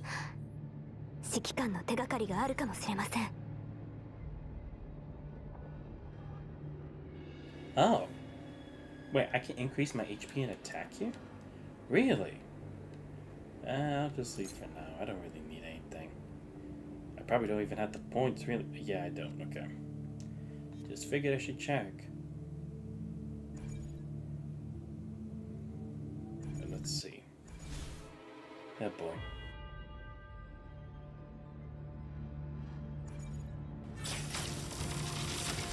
Let 求めるのは真実です。ラ照らし出せ。帰りなさい。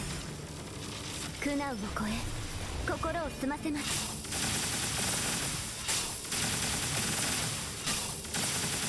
現状はいつか見破られます。現実数がどんどん増えている。モルモは気をつけてください。ようやく夢の終わりです。現像はいつか見破られます。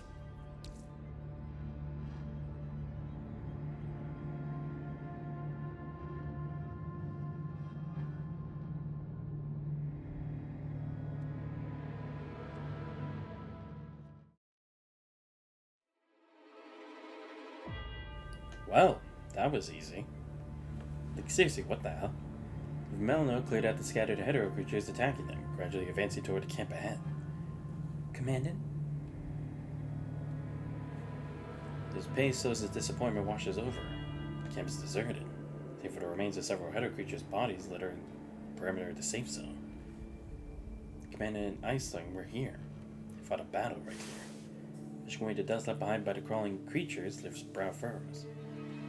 Her eyes lock on the ground.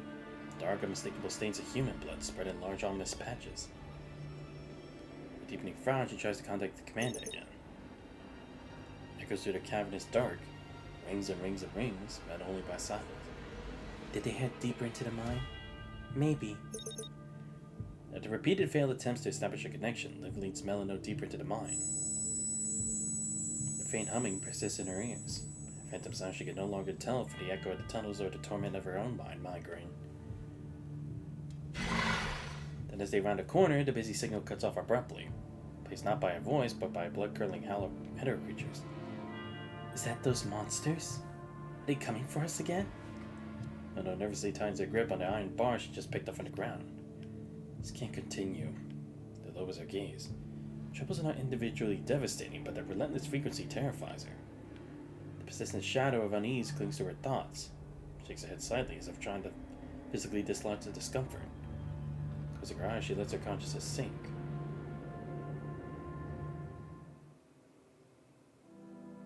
The still waking mind is a landscape of disarray. Memories of the past, perceptions of the present, and simulations of the future all join together. Simultaneously incompatible and inextricably nested, one within the other. Focusing her will, her consciousness takes flight as a white bird, soaring toward the chaotic sky. Whispering that name, she beats her wings and plunges headlong into the churning storm. Time to come home, Liv. Dinner's ready. Don't make Calliope look for you in the garden every time. You always give me surprises, Medic. When she grows up, please tell her Mom and Dad brought her into this world.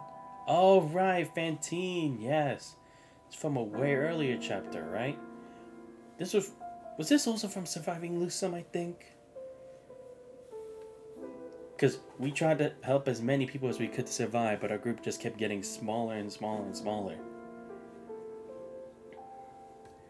Because we thought this world was as beautiful as it was turbulent.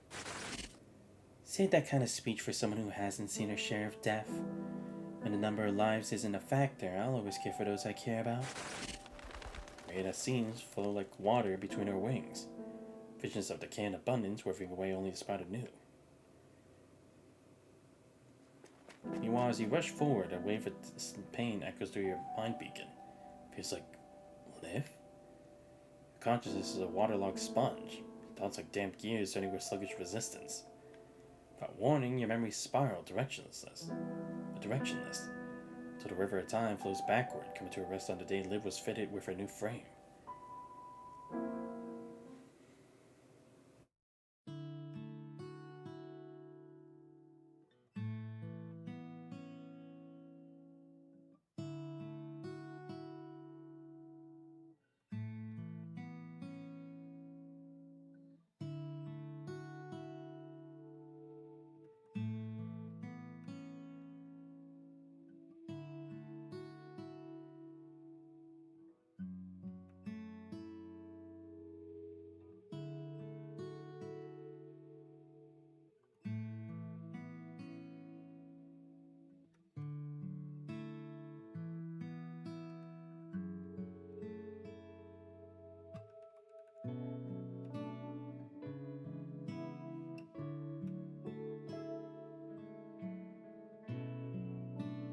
The simulation dome overhead painted a false dawn.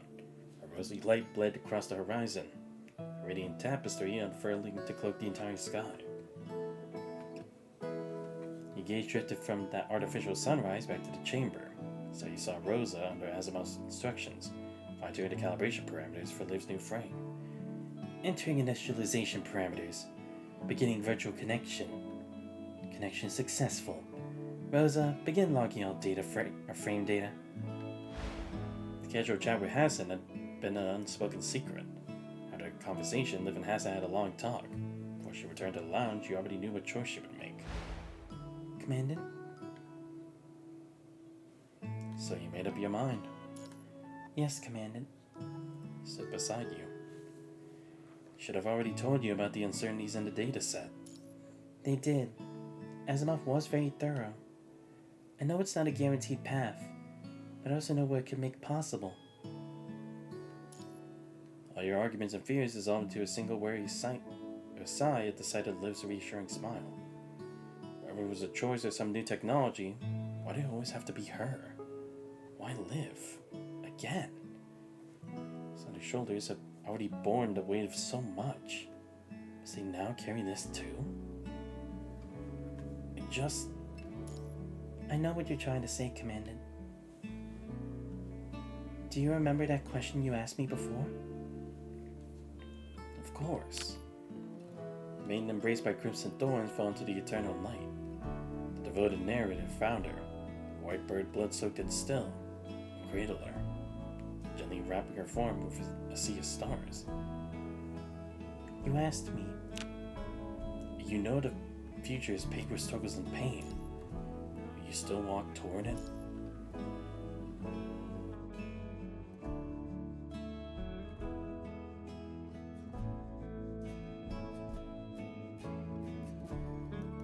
Your voices bled through the veil of reality, weaving into an otherworldly harmony. No matter how many times the cycle repeats, my choice, Liv's choice will always be the same.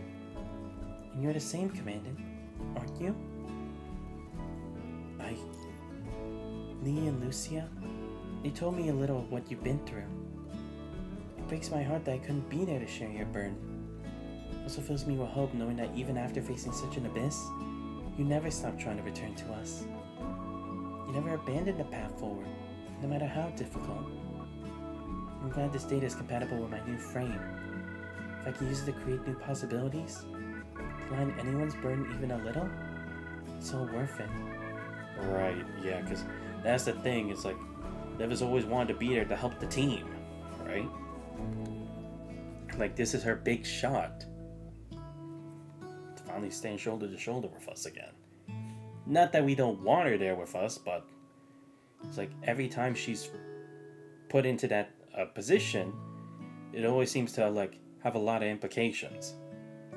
It can never just be something so simple. If there really were a Noah's Ark, I'd want to be the white bird that brings back the first green leaf. Even if the price of her choice was life itself, it would be a price she was willing to pay. That someone might use that fragile hope to reach the future for which all yearn. When the floodwaters finally receded, bitter tears would bloom into flowers, and the departed would sing songs of joy across a renewed earth. You didn't stop Liv from submitting her application. So the switch of her frame proceeded, step by deliberate step. Consciousness transfer is complete. Liv, how do you feel now?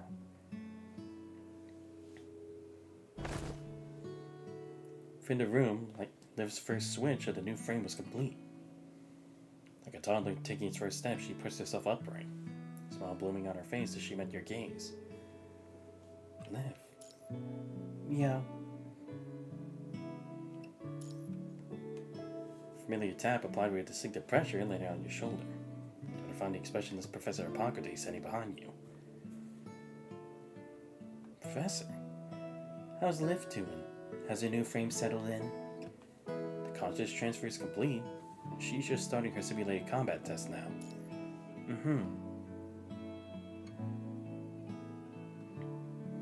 Inside the chamber, the simulated corrupted lunged. His movements, first stiff and awkward, became gracefully fluid as she adapted to her new frame with starting speed. So, you couldn't talk her out of it either. Don't play dumb. Sorry. I never intended to talk her out of it. Hippocrates' eyebrows shot up. Turner expected shifting into one of pure skepticism. That's exactly why I can't stand you reckless kids. So ready to throw yourselves into the grinder for a grander ideal. You chant about faith and hope while charging headfirst into filth, not caring if it's a cesspool or a red-tide abyss. Couldn't you at least consult someone before leaping? We old folks aren't fossils yet. Spare me the talk of new opportunities in Hassan's philosophical choice ramblings. Like I said before, when the number of lives isn't a factor, I always care for those I care about. Hippocrates watched Liv through the window. Movements became steadily more proficient. The professor exhaled a deep, heavy sigh, her anger spent.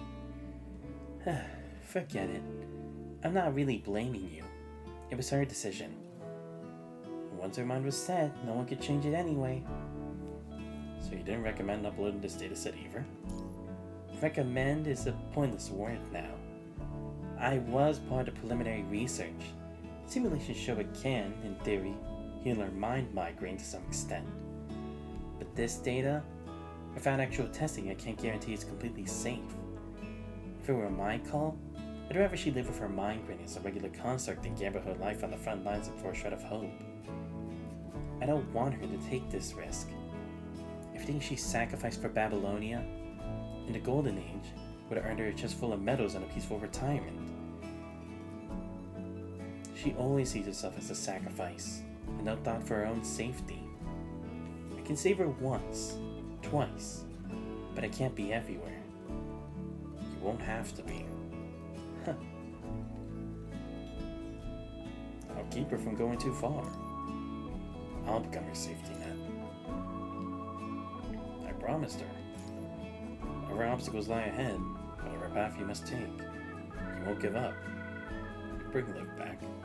I would never break a promise to her. Of course you wouldn't. I'm just worried you'll be the one leading the charge and jump into the red tide right beside her. To think for a second my earlier lecture was only for her benefit.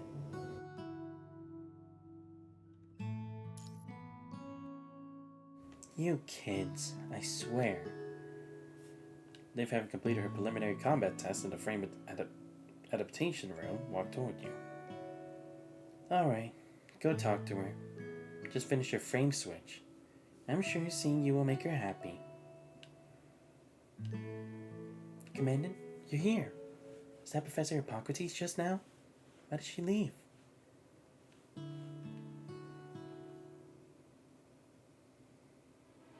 The mining tunnel delves deeper into the mine, sifting through her memory fragments for any trace of the command.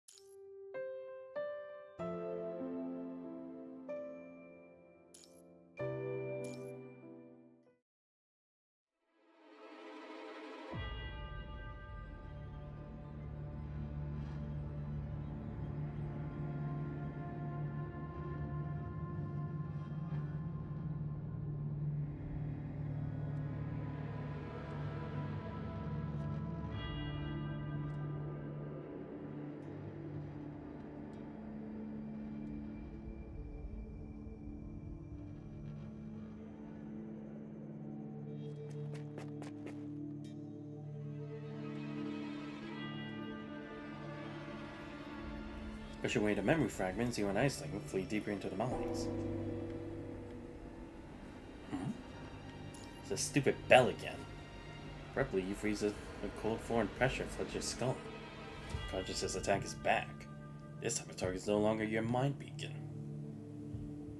It feels like ice water down your spine. Subtle burns spreading from your nerve endings, creeping up to cloud your vision. Something's being woven into existence around you. Before you can move, the path ahead transforms into a sheer cliff. How? You pull back your outstretched foot, certain that a tunnel should be there. Yet the precipice is undeniably real. As you start to doubt your own memory and reach for a pebble to test the edge, the girl panics, clutching you close. What's going on? Don't worry. A violent tremor cuts you off. The beam of your light device shudders. Yet you fail to locate the source of the explosion. Could that be coming from this position? Alert, you draw your gun and scan in all directions, only to find nothing unusual. A voice faint but undeniably lives echoes from the tunnel on the right. Now I'm gonna toss the stone first. You just spoke with Liv over comms. She couldn't possibly be in the right tunnel. Yeah, that's what I'm thinking. It's like, they could be messing with my mind again. Is that the first time?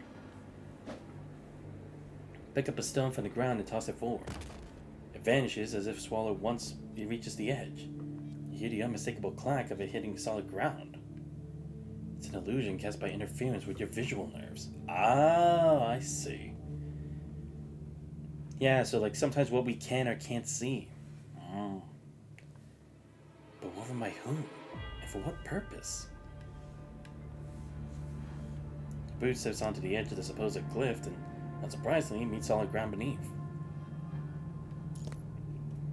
Suddenly, the world flips inside out. Oh, what the hell? Your voice echoes from all directions. Our reality snaps back into place. You're standing on the brink of a cliff again. Using the same trick twice? After confirming your mind beacon stable, you stride forward without hesitation. The next second, you're standing in the sun-drenched conservation area. You're back so soon? Mona went looking for you. Did you run into her? Yeah, not this time. Bill smacks into the wall behind the supervisor. Spiderweb of cracks erupts. The entire facade begins to peel away. Illusion shatters. Still in the mind tunnel as you knew you would be. The attack only works on the visual nerves. Seems the illusion can only interfere with your visual nerves, not a true mental trap. Without further deliberation, you check the terminal map, scoop up the girl, and hoist her onto your back. Hold this for me. You lock the screen to Liv's communication channel, point to a large screen icon. Press this and it'll start call. She repeats your words, barely understanding. When someone answers on the other end, call for me. When someone answers on the other end, call. Presses the communication button. Two dozen dial tones pulse into a silence. Each one a fading hope before the cell predictably fails. Keep pressing it. No matter what happens, don't stop. Okay. Oh, I see. I think I get what he's trying to do. It'll only affect my visual nerves, but I can still use the cell as a call, right? Because again, this can only interfere with my visual nerves, but if I try to use any of my other senses, it can cancel out that. That must be what he's trying to do. The girl falls silent. The only sound, the relentless busy signal at your back, following your instructions perfectly. Will we ever get out of here? We will. Your supplies rechecked, you press on, one hand skimming the rough rock on the red wall. You navigate by the mental map drawn when you first entered the mine with Liv. According to her, the right turn at the second fork will lead to the road and squad's secondary safe zone. The landmark is an abandoned crane, a distinct silhouette that serves as an ideal meeting point in these labyrinthine tunnels. Everything around you appears away like faded wallpaper. Its various scenes flicker into being like rapidly changing stage sets for Golden Age films. Commander, there's a cliff ahead. You can't go any further. Commander, the transport craft is going to crash.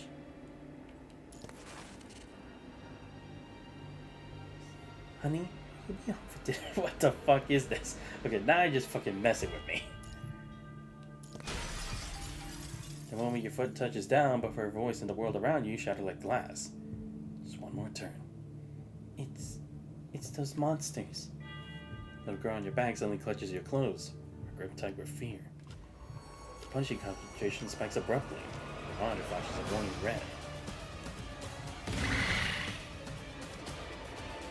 Other creatures howl in pain and unfortunate proof. It's no illusion. The creature so close the girl whimpers quietly. The gun barrel grows warm from continuous fire. Several more header creatures burst from the narrow passage on the other side. Got out the attack. As you attack from behind, fail to evade the header creature lunging from the side. Your claws taste through your military. Ah, damn it. I feel like it would have happened anyway, but still. I'm alright. And no scares. Every shot must count. These are waiver header creatures are manageable, what your reserves are doing.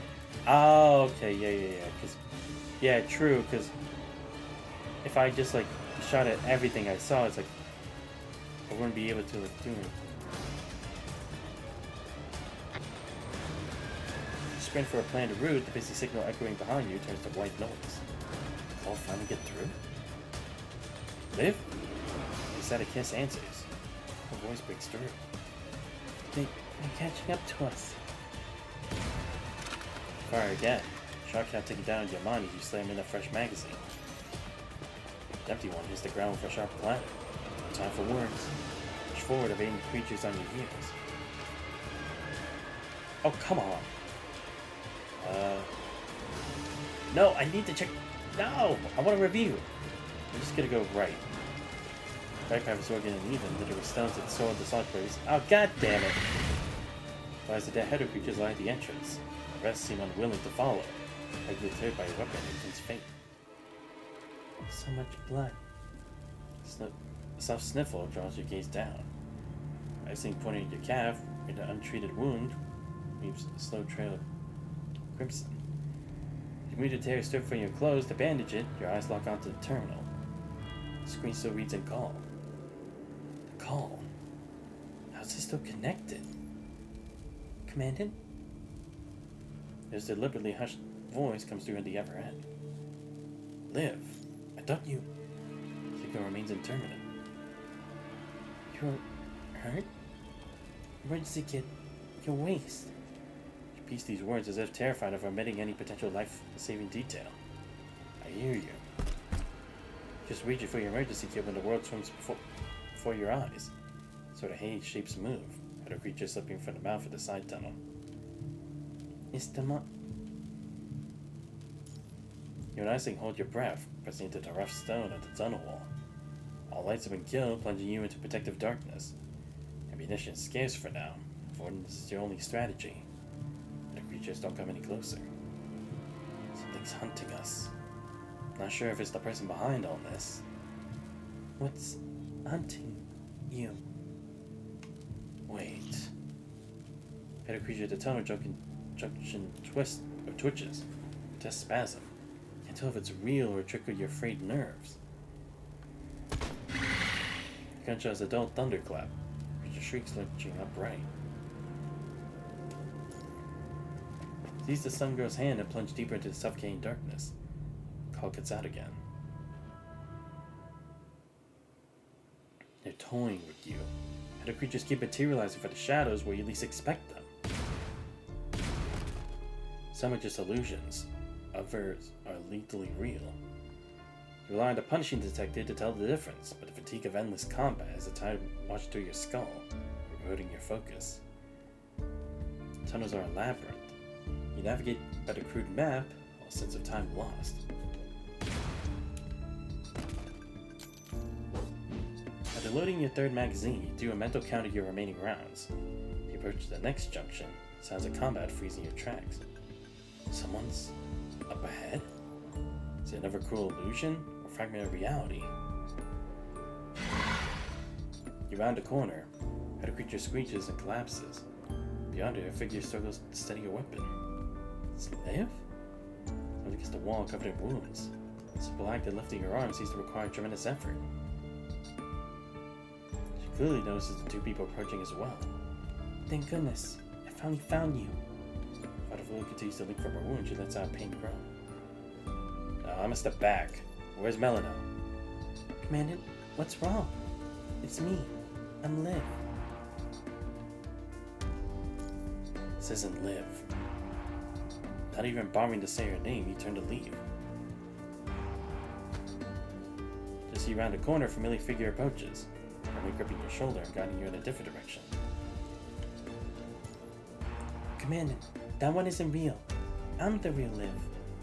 The furrows are brown, her face edged with worrying tension. Something's not right here. It's like an interference. Something that can affect the human brain and a complex mind. I'm seeing a lot of illusions. Of you, and the others too. I'm not sure if it's the minerals in this area or something else entirely. So avoid this area for now. Gestures for you to follow. I mean, I guess it could be the illusion making me see her as that Liv, right? But again, what would be the point if I already know what the current Liv looks like? I left the tunnel where the fake Liv was. The three of you proceed in heavy silence along the narrow path. Iceland clenches the hem of your clothes, refuses to sway even a step from your side. Where are we going? She quietly signals for you to stay silent. We're almost there. After navigating 2 more junctions, a cold realization dawns. According to your memory of the crude mind map, moving away from the planned rendezvous point with Liv. Where are we going? I'm taking you out of here, of course. Yo, what's up, Guardian? Figurehead hurries on without pause. She rounds the corner. The punching detector flashes a violent red. On cue, 2 headed creatures leap from the shadows, charging straight for you.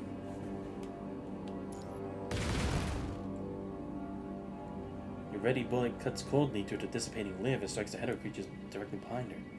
She disappeared. Just another illusion. When we came face to face, you knew she wasn't Liv. Your brow remains furrowed in tension. The situation is all too strange. The visual illusions are flawless, indistinguishable from reality, but the actors are unconvincing. Deception obvious to even casual glance. Did you roll new Liv yet? Unfortunately, I have not pulled her yet. I've done 40 of the guaranteed 60, so I'm just continuing the main story for now. I am going to be rolling for Liv, but for now, I'm stuck at 40, so yeah.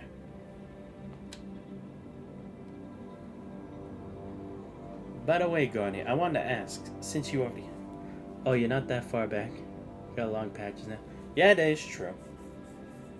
But I was wondering, Guardian, do you know what the team composition is now for the new Liv?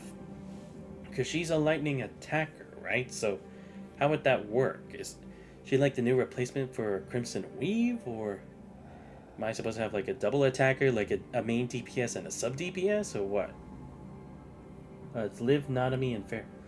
Oh, wow, so Liv's just taking over? So no, don't tell me that. Don't tell me Crimson Weave's retired. No, I refuse to believe it. Well, then again, maybe that's the point, right? Because there's going to be a new alpha one, right? Unless, of course, you use her for funsies. Yeah, that's true. I guess that's fair. I guess I can make 2 lightning teams. I mean, to be fair, there's supposed to be a new alpha that comes out much later, right? New alpha is incoming, so should be back. Yeah, because that's what I was thinking. Is like the fact that somehow they're actually gonna like power creep alpha on the lightning team. It's like they have to have a new one coming out. She's alpha. She never stays out of meta for long. Nah, that's facts. That's facts. Okay, right. I almost forgot about that because I was about to say it's like you can't have PGR without alpha. This game's Virgil. Are you serious? This can't be an accident. It must be deliberate. But to what end? And knowing Kura, they're gonna make her limited. Yeah, they probably will. Before you can step forward, a voice rings out. Liv's voice, followed by a sharp whistle of a weapon cutting through the air. In the darkness beyond the junction, the lotus wheel flashes silver. whizzing past your ear to strike down a header creature lurking behind you. Thank goodness I got here in time. She stumbles into the light, breathing heavily and marked with fresh wounds, so she just escaped from danger. Another one? Commandant and Iceling, are you both alright? Gaze almost with concern and find a little girl hiding behind your legs. Iceling? Right, that's her name. Melino mentioned it to me. She crouches to hold her, but the child twists from the offered kindness, refusing it outright. So, and for new Kamui incoming? Sorry. Nah, seriously. I'm gonna be interested to see, because, again, it's like, we've been overdue for a new Kamui for so damn long. It's about damn time. Like, seriously, the whole of Strike Hog needed the upgrade, so it's about time Kamui gets his. We want a Kamui for literal use, in fact.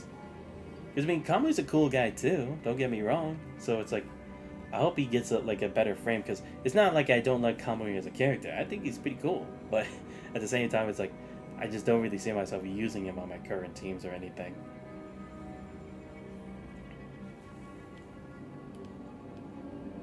It must be terrifying, poor thing. I mean, to be fair, we've seen so many fake lives at this point. We can't trust any of them. Wonder they're gonna make him free like Wanchi? They better. Don't worry, we'll get out of this place soon. You found a way out? I have a ton of dorm currency just in case. Ah, okay, good. Yeah, left Melino back there and followed your voices here. Having changed the subject, she rises to her feet. Let's go, Commandant. We should get out of here first. I don't know. Maybe that's what they're trying to do. They're trying to get us to trust this lift because she saved us from one hetero creature. Because again, it's like, I feel like Melino would be here. Now I'm open fire. Fuck this. Commandant? Face locks into a rigid doll-like smile. Mask caught between two expressions. I fucking knew it! Dude, come on. You know how skeptical I've become ever since playing this damn game? There's one thing you know in Punishing Grey Raven, unfortunately. You don't trust everybody, okay? No matter what. Because people will backstab you almost instantly. And for many different reasons, whether it be good or bad. So I ain't trusting a damn thing. Because also, that's the thing, is like, we saw Melino in such an emotional state for Iceling. I doubt she would just be like, okay, I'll let Liv bring her back to me and not try to go chase after her. From the silence, a bullet parts the air, finding its mark at the head of creatures looking behind. Stream crash. Wait, did it? Oh no, yeah, I see. Yeah, I saw it crash for a moment. But it shows on mine it's fine. Oh, okay, yeah, I see. It crashed on a Twitch. Okay, I gotcha. Yeah, because for some reason mine is still showing. What? What the heck is going on? Saw Sniffle comes from beside you. Child has pressed their face to your hands, too terrified to witness anymore. Ammo's getting light. In the emptiness of the mining tunnel, only the soft echoes of two pairs of footsteps persist.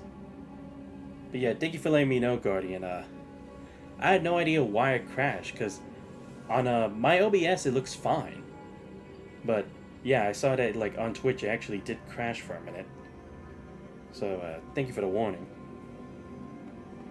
Because I also had to reload my my dashboard too. The emptiness of the mining tunnel, only the soft echo. Oh, right.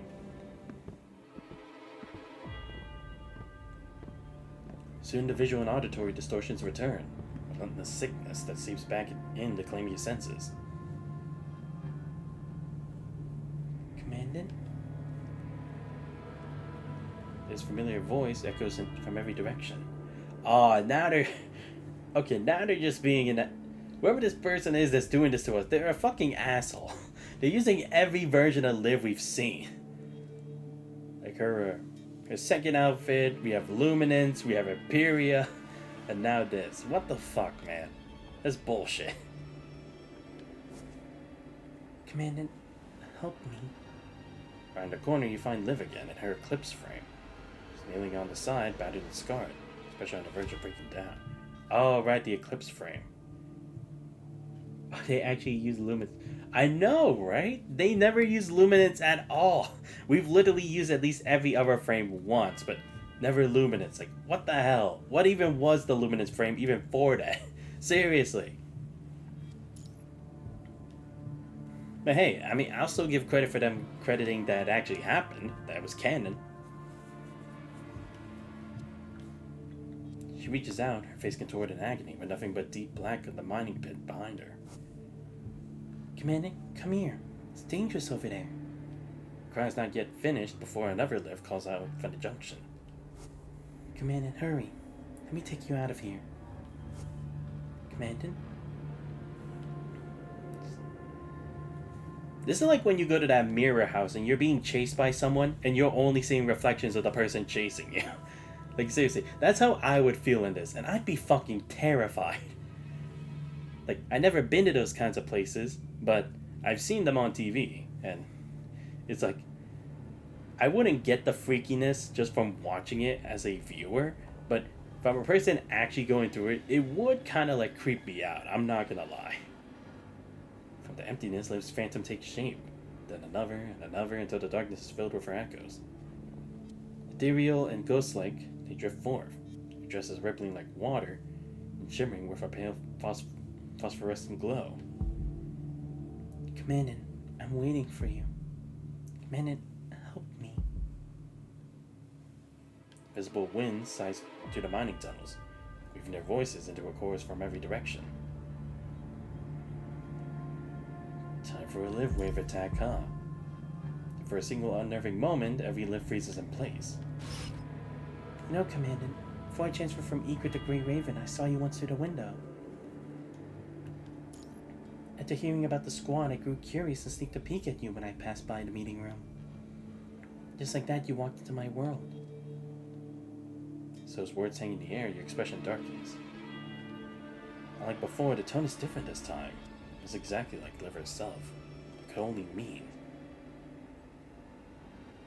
So this is why you're interfering with her mind. Yeah, they're taking the memories, right? Like, kind of like how Melano can take the senses, or like the emotions behind it. They can take memories behind it. Your finger tightens on the trigger. Every day with Grey Raven, they've been the happiest of my life. Every moment spent with all of you feels so meaningful. Is it selfish of me to want this to last? To pray for just a little more time? Commandant, if somehow all of this could just end, we could finally find each other again in another world, the place we could call home. The live that remains reaches out towards you. Sorry. Commandant? Voice are filled with grief. You're not Liv. Words barely leave your lips before the phantom vanishes right before your eyes.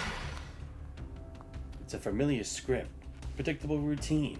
A swarm of hetero creatures, real and illusory, poised from the space she occupied. Different kind of human wave attack.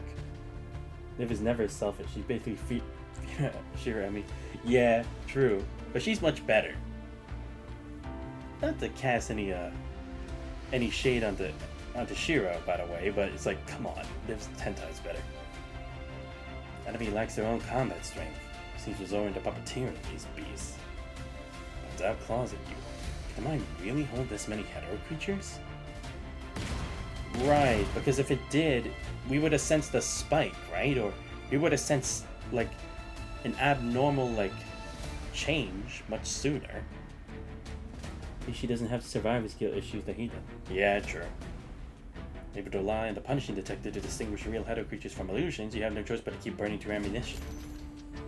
The magazine hits the ground. Fingers find a magazine pouch, then freeze. Only one left. You have to reach for Rodent's safe zone for resupply. Grab the girl, finding retreating action while your mind races, overlaying the mining area's map with the locations of the safe zones. The Rodent squad set them up by the book. From any point, at least one should be accessible. There's only way out. But that's not the problem right now. You obliterate the stray that breach your line. Movements of desperate dance between the real rock and warping illusions. If I don't deal with the visual interference. Dawn barely forms before your mind beacon screams a warning. But the ever-ending connection, a silent tide of agony erupts from Liv's mind. Sharp, maddening pain that isn't yours or consumes you. Liv seems to be deliberately disrupting her own mind, probing at those deeply buried scars to achieve something. And everything within her mind gradually subsides, something imperceptible begins to grow within. A light rain falls, as the mist begins to part, the heavy clouds shrouding her mind crack open. And with them, the illusions obscuring your visions shatter. Sight clears, revealing a winding path ahead, the faint silhouette of a crane in the distant dark. Ah, there we go. It's like what she's going through in her mind, trying to clear from the storm. Liv.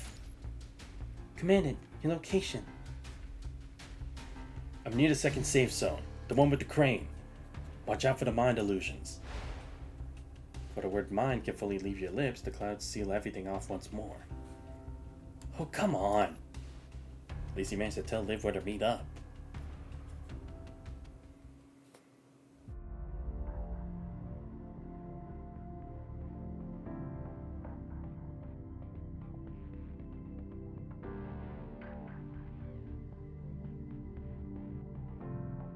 Static continues to crackle through the terminal. No connection established. Melino paces anxiously back and forth. How are they doing right now? Aisling. Suddenly, a chime for the terminal interrupts Melino's words. Through the noise of static, a soft murmur emerges. So much blood. The call. How? Commandant? His voice drops to a whisper. Words hushed and fragile, afraid that any louder might draw the attention of the header creatures on the other end. Liv? You? Human on the other end seems just as surprised that the communication went through, breath coming in short gasps. Use the emergency kit at your waist. Clean the wound and use the bandages inside. She beats herself patiently, worried that the intermittent signal might cause the commandant to miss something important. I hear. Words hang unfinished as silence abruptly swallows the other end. It's as if the commandant and the child have vanished into a hiding place, with hands stifling any chance of a crime. Now the only thing that goes through the freight static is the faint hurried rhythm of panicked breaths. They're hiding from something. What's happening? His hand clamps over the terminal's microphone as she signals for Melino's silence. Time stretches thin, and faintly the footsteps return through the terminal, soft and cautious. Something is... Human's words are torn apart by static, reduced to fragments. The strains, you're nearly touching the terminal. You salvage only a few vague syllables. Hunting. Something is hunting you? Abruptly, the footsteps stop. The only sound is a shallow pull of their own breath, shattered an instant later by a sharp report of gunfire. A scramble of frantic footsteps echo, magnified by the mind's acoustics as if they're right beside her ears. Then silence. The connection's dead again, severed by a disconnected cable or a signal finally swallowed by the deep. What is happening? Maybe there's an even more dangerous enemy over there. Could it be the one controlling these header creatures? Or something even worse? It refuses to entertain the possibilities. So in her terminal, she commits the commandant's last location to memory and attempts to recalibrate her visual module. A futile effort, but a necessary ritual. Able to identify what's causing the disruption in her mind, or the blurriness in her visual module, she has no choice but to brighten her light and press onward. The commandant is low on ammunition, but always a master of resourcefulness. This labyrinth of tunnels is a problem, yet also a shield. The commandant would know how to use it. A spark of agony lances through her mind, staggering her. Steadies herself and forces another step forward. She won't lose the commandant again. Whatever it takes, she must find a way to get the commandant. Plunges her consciousness into the mind, resuming her unfinished plan. She'll disrupt its very fabric, wielding her own pain like a blade to tear through the clouds that shroud her connection to the commandant. Oh, I see. That's what she's doing. Because if it's clouding her mind in her sense of stability right now. All she has to do is cause chaos in her own mind, which is linked to the commandant, to break it, even if only temporarily. Very good plan. I wouldn't have thought of that, because yeah, it's like their minds would still be linked with each other at the time, so it would help Commandant in the long run. Nice work. But that's just like Liv, right? She's always willing to bear any pain or the burden to help others. She can't even tell how much time has passed when she's been in pain. Every thunder rolls in the distant sky while memories born of love glimmer faintly, seeds sown in dark soil. A light rain falls as the mist begins to part. The white bird takes flight beyond the thick blanket of clouds. There, hanging high in the sky, she sees her guiding star.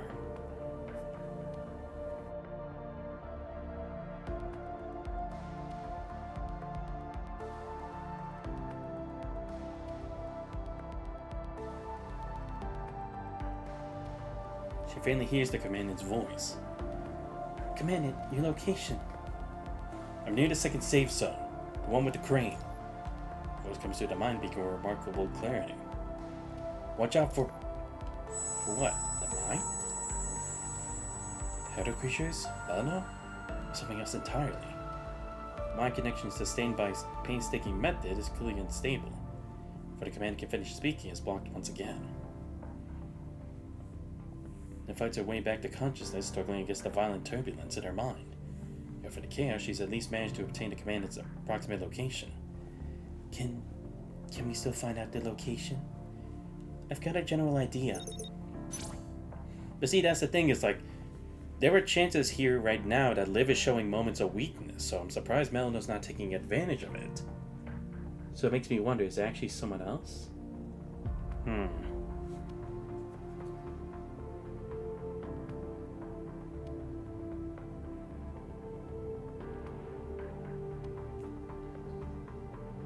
Would be interesting to see.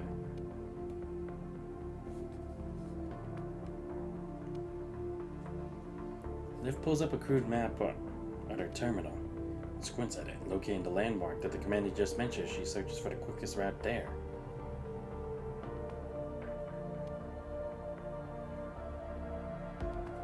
Her focus sharpens as the green dots align with the information shared through the mind connection.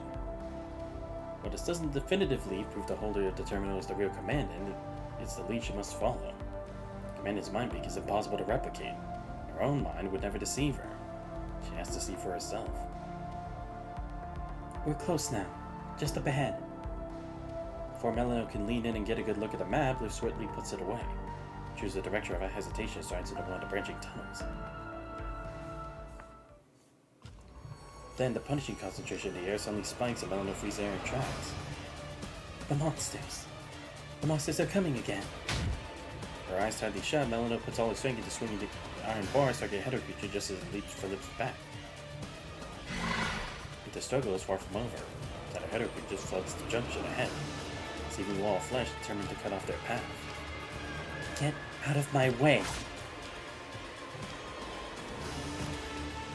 Spawns, her weapon unfolds, lethal transformation. Clearly revealed edge carves a path forward. Fall creatures giving others pause and creating a fragile breach. It's all the chance Liv needs. Sees Melano's arm and they dash forward. Thunder distant gunshots echo through the cavernous space, as if it's right beside their ears.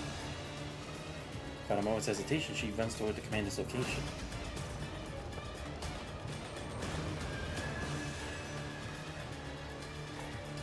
Mind tunnels stretch into seemingly endless darkness, the sound swallowed and drawn back by the echoing void. No choice but to follow the gunshots. No way knowing how far they have left to go. Liv, be careful. Melano summons repeatedly, the fabric of her long dress tangling around her legs. Step a fight against the treacherous ground. Commander's injured and couldn't even finish a brief message. The situation must be dire. Mind's lair has been slightly altered again by the recent tremors. She's lost all sense of distance, running blindly until the sight of the mining crane at a distant junction makes her heart lunge. The terminal. Almost for a terminal, the synchronized tracking data placed the commanding signal right here. They're still here. Thank goodness. Green dot flickers just ahead. Commander Iceling should be just beyond this point. As fast as corpses. Bullet tears through the air, barely missing Liv's cheek. Commander, it's me, Liv. Check your wounds. Ignoring the shot fired from the Commandant's own gun, she stumbles frantically behind the barrier. The rest of her words die in her throat. Lips part, but no sound emerges. Iceling? Why are you... Behind the barrier, the little girl stands trembling, clutching a handgun with both hands as she shields the human. But jolted by the recoil, she hasn't moved an inch. Behind her, the Commander slumped against the barrier. A bloody wound gouged across the human's body. To the side, the punishing detective flashes urgent red warnings. The human's clearly beyond making any response. Commander? Shock lasts only a second before she rushes forward, driving the serum into the human's veins. Still time. There has to be. As her weight surges through her mind while a needle-sharp pain stabs through her frame. The hands come away red, and his blood still warm on her fingers. She fumbles for disinfectant, pouring it over the festering wounds. Hands work on autopilot, rapping, pressing, repeating. Spread mantra in motion. Lips move soundlessly through the steps of CPR, compressing the human's chest again and again. But despite her effort, the warmth has begun to fade away beneath her touch. Calm down. Let's calm down. It'll still just be another illusion. Is this not real? Maybe it's just a clone. With her lip, her hands tremble as she rummages through the supply pack beside the human. Scared. Iceling. The little girl stands frozen, a statue of shock, before a sudden shuddering sob breaks her stillness. Instant, Melino's there, sweeping her long-lost treasure into her fierce protective embrace. The gun slips from the little girl's hand and clatters to the ground, without ring, sharp or final. The gun. Liv's eyes fall upon it, but she knows this weapon. She's cleaned it, maintained it, and memorized its every curve. It's Grey River Commandant's pistol. Its grip etched with unique insignia, and its magazine is now empty. Did you pick up this gun from somewhere? The girl shakes her head desperately, words coming out jumbled. This person gave me... And Terminal 2. This can't be real. His mind spirals into chaos, a storm of grief. Inside the body lies the Babylonian-issued terminal. One more piece of the commandant. At the deepest point of grief, sound fails. Sound scream lodges in her throat as Liv presses her palms against the human's chest. Futile prayer for a miracle she knows will not come. It's all in vain. As the warmth bleeds away beneath her touch, the body yielding to a terrible, deepening cold. And its cooling skin, the savage wounds that cover it tell the story of a brutal final struggle. A vacant expression, Liv gently wipes the blood from the human's face. Movements are tender, automatic. She pulls her hand back, her fingers brush against something on the ground. The touch curls around a single bullet. This bullet. It's not the one Iceling just fired. The weight is wrong. It was never discharged. A system sharper than any human sense rings a silent alarm. The commander really did fight for life here. Why would there be an unfired bullet in this spot? Liv lowers her gaze and discreetly closes her fist around a cold metallic truth. The commandant. Let's go. We need to get out. Lifts the human's body onto her back. Her construct strength should make the weight trivial. Liv staggers under it. Liv, I said we need to get out first. Her voice betrays a slight tremor as she turns away. Footsteps unsteady and faltering as if the ground itself has become uncertain. Maybe something else to break the illusion again? Maybe. One day.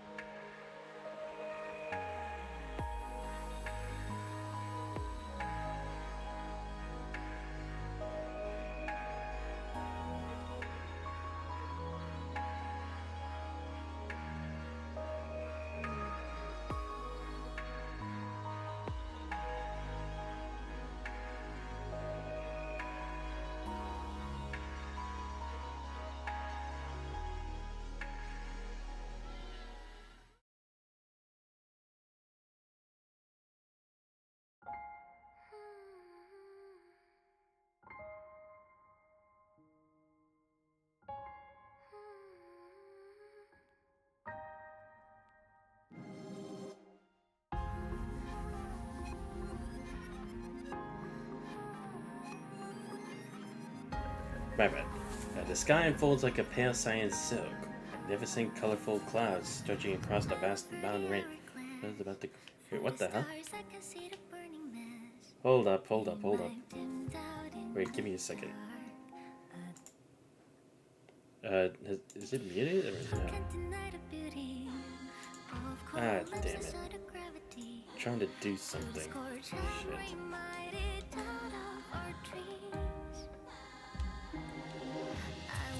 Oh, come on, dude. Let me know, is it muted or is it still up? I'm trying to mute the volume.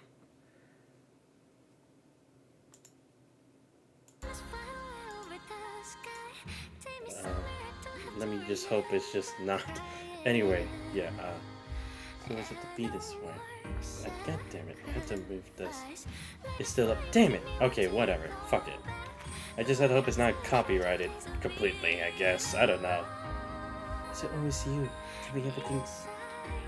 Okay, just gonna let it read, because obviously I'm not gonna be able to speak over the music like that. She's endured countless partings and deaths, and his tragedies as innumerable as the stars. She once believed no one had mastered the art of facing calamity better than she had. She had forged the impenetrable armor of a lifetime of tears and thorns. So why then? Why am I so fractured into 1,000 shards of dust before the human's cooling body? Or if it's in the future that I never knew, or this reality we fought for. So naive to think, if I just worked harder, if I carried a little more of the weight, I could change our fate. Grave and Commander Xanthos. Fingers traced the epitaph she carved with her own hands.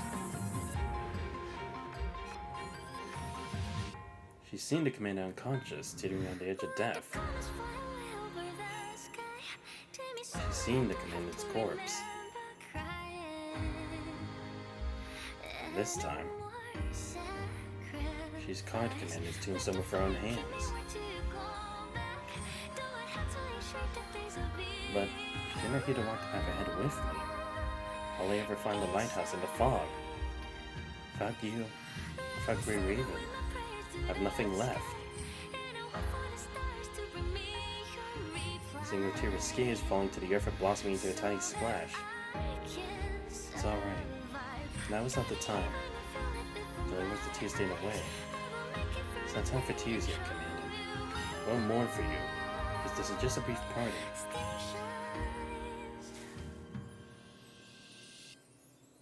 Standing beside the cold tombstone, she leans forward and presses a devoted kiss to the name she herself carved. Meet again somewhere else.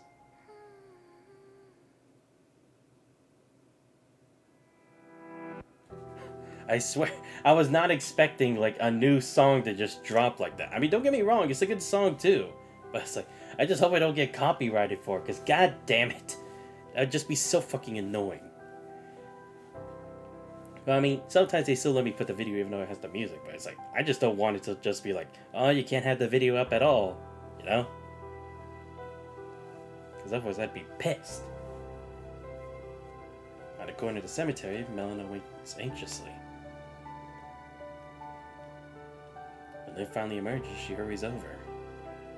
Liv, are you alright? And her offers her handkerchief. It's alright. I'm fine. Liv responds with a pale smile. Silence accompanies the two along the path. The glowing morning sun pierces the canopy, fracturing the light that stretches their shadows into strange wavering forms. So, what do you plan to do now? I mean, what's your next move? You heading to another conservation area for reinforcements? Turn to Babylonia? Or...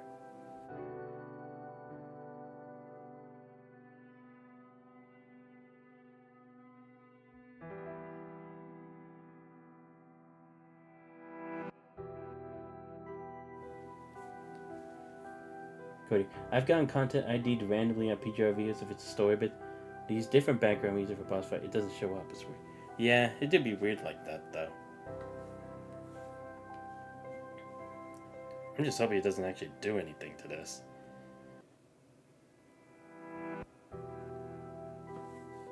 I'll be staying in Conservation Area 368 for now. Staying for now?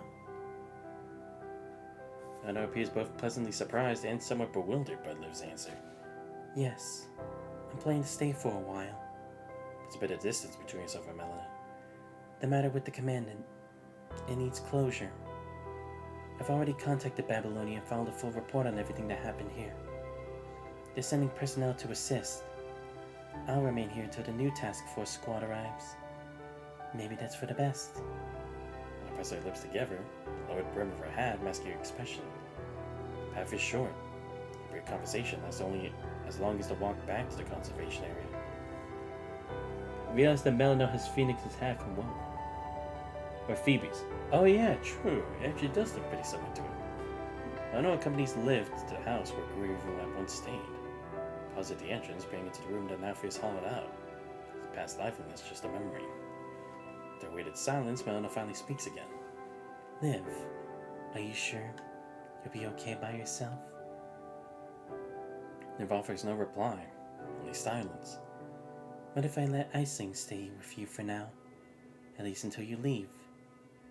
Melina lets out a wistful sigh, her reluctance evident.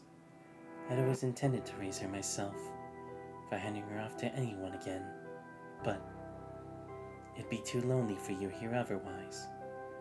Iceling, huh? Alright then.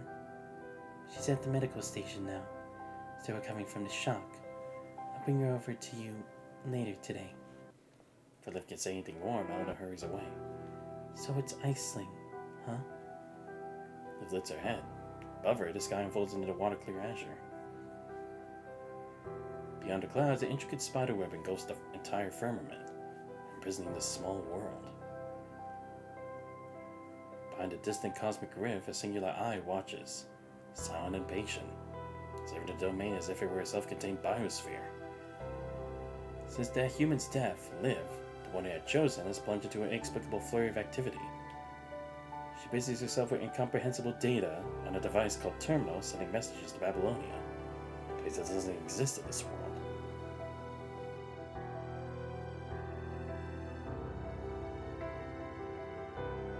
She frequents the medical station, teaching Melina how to treat wounds and heal the sick. In her spare time, she keeps Icing company, playing with her and teaching her to read and write. She behaves like a genuine, tender mother. Do we still need to prepare for the matter there? Of course. What about the things here? Is it time? A whisper from the void gently permeates the deep cosmos. No, not yet. Just a bit longer. Through the dense cloud cover, it greedily drinks the ripples of warmth. She will be mine. She will obey me.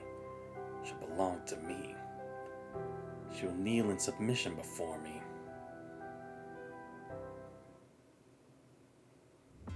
Liv continues her routine life in the conservation area, the only difference being the absence of that human. The setting sun stretches the shadows of buildings into long twisted forms. Misty clouds blur the line between earth and sky. Another day passes.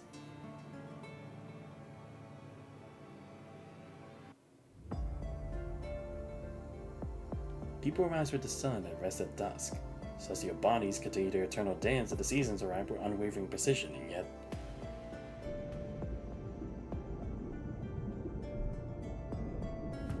within this perfect cycle, the very concept of time has ceased to flow. Everything feels suspended, trapped in this clear block of amber. No one remembers what day or month it is. No one remembers how long it's been since the commandant's death. But Liv remembers. Sitting by the doorway, she gently rolls that bullet between her fingers. Inside her mind, a blood-red mist smothers everything. Storms rage overhead. The ground is torn open. The landscape of pure devastation stretches to the horizon.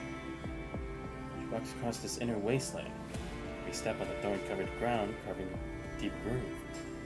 A relentless calendar edged not in days, but in despair and love. Liv. Visitor's gentle call pulls her back from the depths of her mind. Melina, you're here. Offers a faint nod, remaining seated instead of rising to greet her. I came to see Iceling. Where is she? She went to play in the Central Plaza. They converse with casual ease, like two ordinary residents of the conservation area. What a beautiful sunset. Feels like we're in for another nice day tomorrow. Will you be coming back to help at the medical station? I never did thank you. That bleeding control technique you showed me last time worked really well. Tomorrow? Alright, I'll be there to help you tomorrow. That's wonderful. Anna's face lights up with a genuine smile. Well then, I'll let you be. See you tomorrow. Watch Milner's silhouette fade into the distance, Liv gently etches another mark in her mind. Day 7 since the commander was gone. She hasn't found a way to escape. She tried asking about time, yet her inquiries were met with bewildered looks and numbers too absurd to comprehend. She also tried shadowing Melina for an entire day under the pretense of helping out, uttering nothing but heartfelt thanks, not a single flaw. She even tried disrupting her mind again. However, from distance or some other interference, she could not locate the commandant's mind beacon, let alone establish any contact. But didn't she already bury the commandant beneath that crude tombstone? Thoughts circles in her confused mind. The sound of a bullet hitting the floor is unbearably crisp, snapping her from her spiraling numbness and drained the color from her face in an instant. Picks it up. Deliberately, she presses a small metal object into her skin, expression unchanged as she feels the pain. Commander isn't dead. Must be still searching for her. Takes a slow, deep breath, forcing all the senses to focus on the cold, hard truth in her palm. It was an unfired bullet. A bullet should never have been lying beside the commandant's corpse.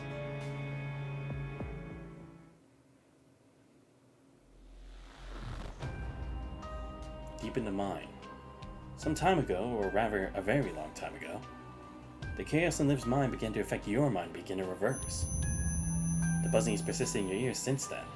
Your connection, you feel waves of continuous pain searching from the other end, as if some external force is compressing Liv's mind. What exactly is happening to Liv?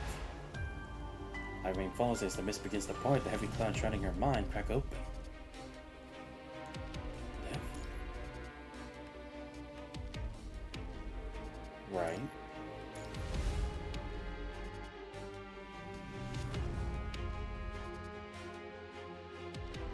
Yeah, it is. Someone's keeping track of everything we're talking about. And they're keeping specific information out. Oh, come on. Yeah. You thought you at least managed to tell Liv where to meet up, but clearly you were being too optimistic. Are you okay? The girl tugs at your sleeve with a bewildered look. I'm fine. Reach the next safe zone soon. Once you reach the safe zone.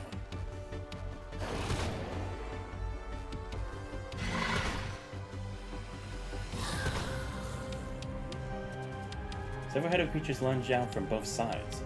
Already scarce ammunition, your gun dwindles even further. You finally reach the safe zone. So this is a safe zone too? Examines her surroundings with curiosity. Will we meet up with Liv? We will. Then we're leaving this place soon? Alright. As you answer the child, your hands are busy inspecting the safe zone supplies. The ammunition you find is the wrong caliber. Useless to you. Checking your own magazine reveals only 2 bullets remaining. The area is mostly clear of hetero creatures, though. Should be sufficient to hold out until Liv reaches you. Then your thoughts contort by a faint tremor resonating to the rock beneath your feet. Another tremor? There, it's collapsing. The girl lets out a terrified scream. At a distant tunnel junction, jagged boulders thunder down from the ceiling. Crap. The rumble rolls through the mine, swelling into a deafening roar as violent tremors shudder through the rock. The ground itself heaves, splitting open the massive fissure that tears the tunnel apart.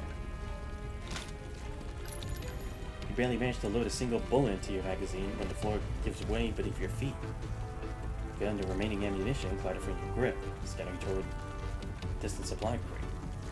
Just your luck. You're already down to your last 2 bullets. As the world fractures in consciousness face, a single resigned thought is the last to echo in your mind. Yeah, so what happened then? Sensation returns to you first. Cold, sharp sting of water droplets falling on your skin. Mind circles so clear as you force your eyes open. Only a few mineral crystals around you glimmer with an eerie cold light. Ow. Sharp unifying pain converges on your brain from every inch of your body. Try to move your bones and joints grind together. You see a muted cry of agony. Fortunately, no serious fractures. To grim assessment of your wounds, you retrieve medicine and bandages from an emergency kit at your waist. By a basic field dressing. And then moves to your terminal, hoping to check for an escape route. Fragmented memories connect. Your terminal should still be in the little girl's hands. Your gun. Holster's empty. During the quake, the gun must have been shaken loose. Now somewhere in that safe zone. What safe zone this turned out to be. After a moment's rest, you test your limbs and haul yourself upright against the cold rock. The mine is a labyrinth, but the distance of your fall places you roughly below and to the left of the safe zone. The rock wall is clearly unclimbable, but your memory offers a lifeline. You walk past nearby branching tunnels. But then where's Iceling then? Your first junction, if familiar scratch at the wall, confirms you're on the right path. You seize a sharp fragment of stone, or excuse of a weapon, and press on, keeping one hand on the rough wall for guidance. If those illusions stay away, you might just make it back to the safe zone. The entire journey's been unsettling quiet. Shadows feel empty. The enemy who's been pulling the strings behind seems preoccupied. You see nothing, not even a flicker of creatures with earlier illusions. They simply withdraw? Or they shifted their focus on live? Then at your third mark, you see head or creature limbs torn and scattered across the ground. Yeah, but that wouldn't have been us, though. Maybe you would. Fought up the slight dizziness from the high punishing concentration using the rock to turn over the severed limbs. These head or creatures weren't killed by your bullets. Limbs are long and crisscrossing. Only something specific in this mine could cause damage like this. Does it live? The punishing concentration is still high. I mean, this thing died very recently. Or ignites a spark in your chest. Live. Must be just ahead? Slash marks scoring the rock walls, clean cuts through fallen header creatures. As if Liv deliberately left the shore for you to follow. Checking these signs, you're quickly led to a fork in the tunnel. The head is completely sealed off by rock and soil.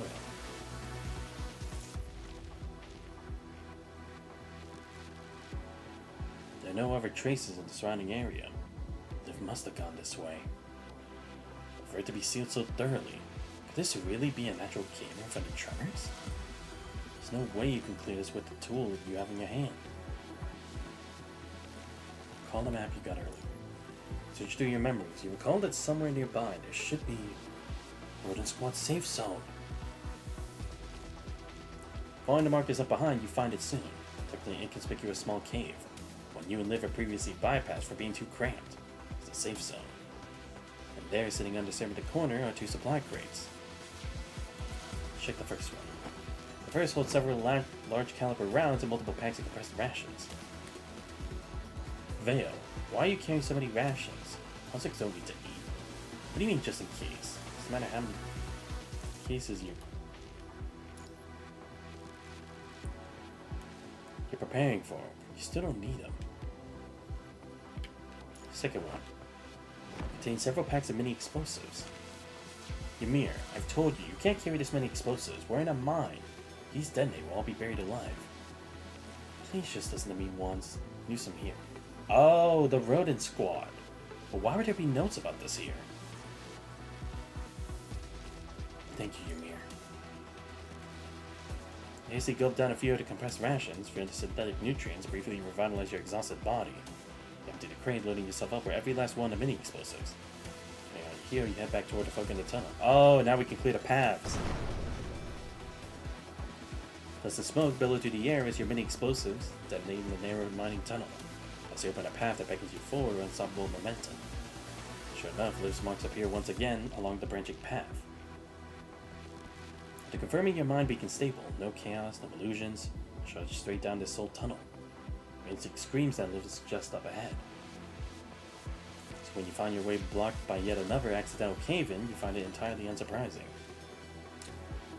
The chick first. You gotta be cautious. The early explosion seems to have drawn attention. This king crawls with the certainty of being watched. The frantic scan of the area reveals nothing. No trace of any creatures. Alright then. It doesn't matter. If it's the enemy stalking you from the shadows of the creatures lurking in the tunnel, nothing can stop you now. Look, command and doing stuff solo again. See, that's what I love. Even though it's like I'm reading stuff, it's like I'm still doing shit. I'm a man of action. Flaming flames erupt outward. One squad's mini explosive pack an inexplicably devastating punch. The blast, a wave of catharsis, shatters the frustration of being toyed with in the illusory realm. Clutching the stone in your hand like it's Babylonia's most powerful weapon, you press forward without hesitation.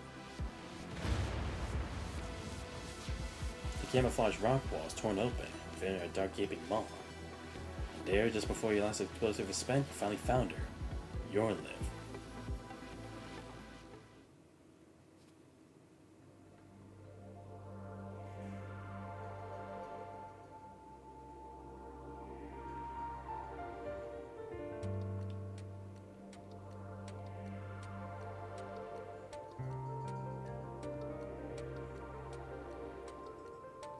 She lies encased, prisoner within a cradle of bizarre glittering minerals. Liv. I promised you I would always find you, no matter what. The house of Heddo creatures echo, closing in from all sides. The true objective of the one pulling the strings is now crystal clear. The strategically placed explosives obliterate the first wave of creatures, blocking the exit. So time to wait for the second. Scramble up the mineral structure, reaching the crystalline cradle where Liv lies dormant. The mind beacon flares blazing like a star. This distance is close enough to establish a deep mind connection with Liv. Day 19 says the commandant left. Commandant gone? Where'd the commandant go?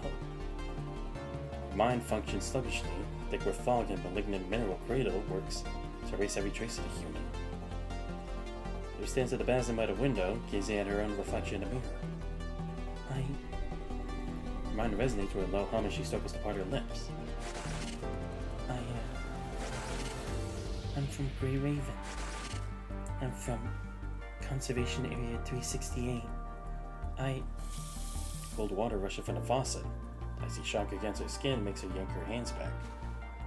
Then the bullet in her pocket suddenly burns. Trembling uncontrollably, she clutches the scorching metal round. Liv! Torrential downpour erupts within her mind, pressing the blood-red mist. The rain washes over the bone-deep scars etched into the ground. Then in the mirror, over the shoulder of her own reflection, appears the face etched into her very soul. Command. It's been so long since she formed that word. Tongue tangles, but the gears of her consciousness, stripped to their rust, get to turn again.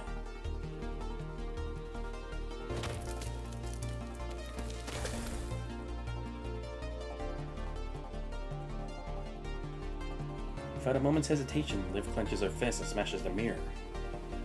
A hurricane engulfs the entire space. Yo, let's go. Finally. Should I do one more, or should I call it?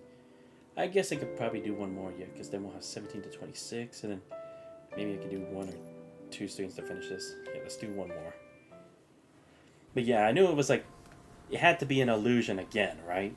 But this time it had like, because she had left herself weakened after spiraling her mind into chaos, it took that opportunity to fully claim her. And it did.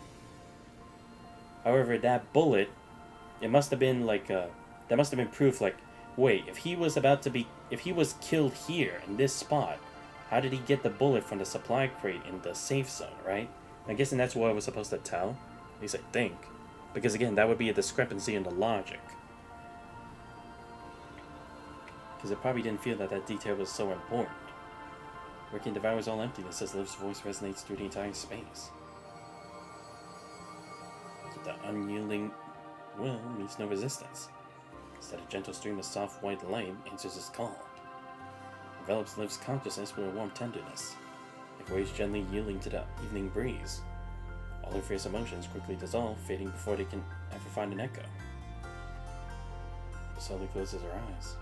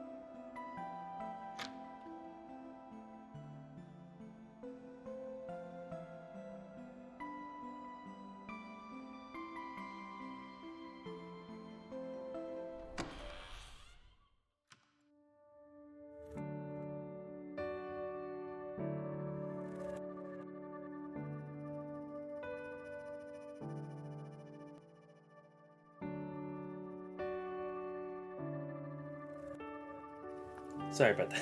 Again, like I said, my voice isn't in tip-top shape, so for some of these I just was like, I'ma just let it roll. Syllable catches in your throat, as if your mind has been frozen solid, locked in rust. It's only now haltingly beginning to turn again. Who are you? Where are you? What are you doing right now? The confusion surges, swift and dizzying tide, just as quickly recedes, washed away by the welcoming voices near your ears. Welcome back. Oh, they're...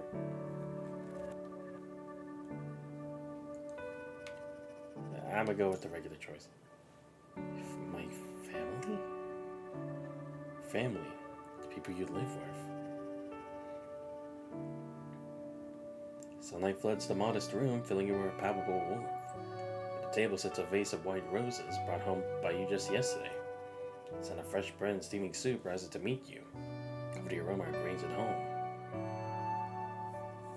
This is your home. Running before you seem so perfect, so happy. And yet a distant note hums deep within you. Before you can grasp it, a voice from the depths of your consciousness offers a gentle reminder. Don't bring your work troubles back home. It's not good. Ah, yes. It's not good. I'm back.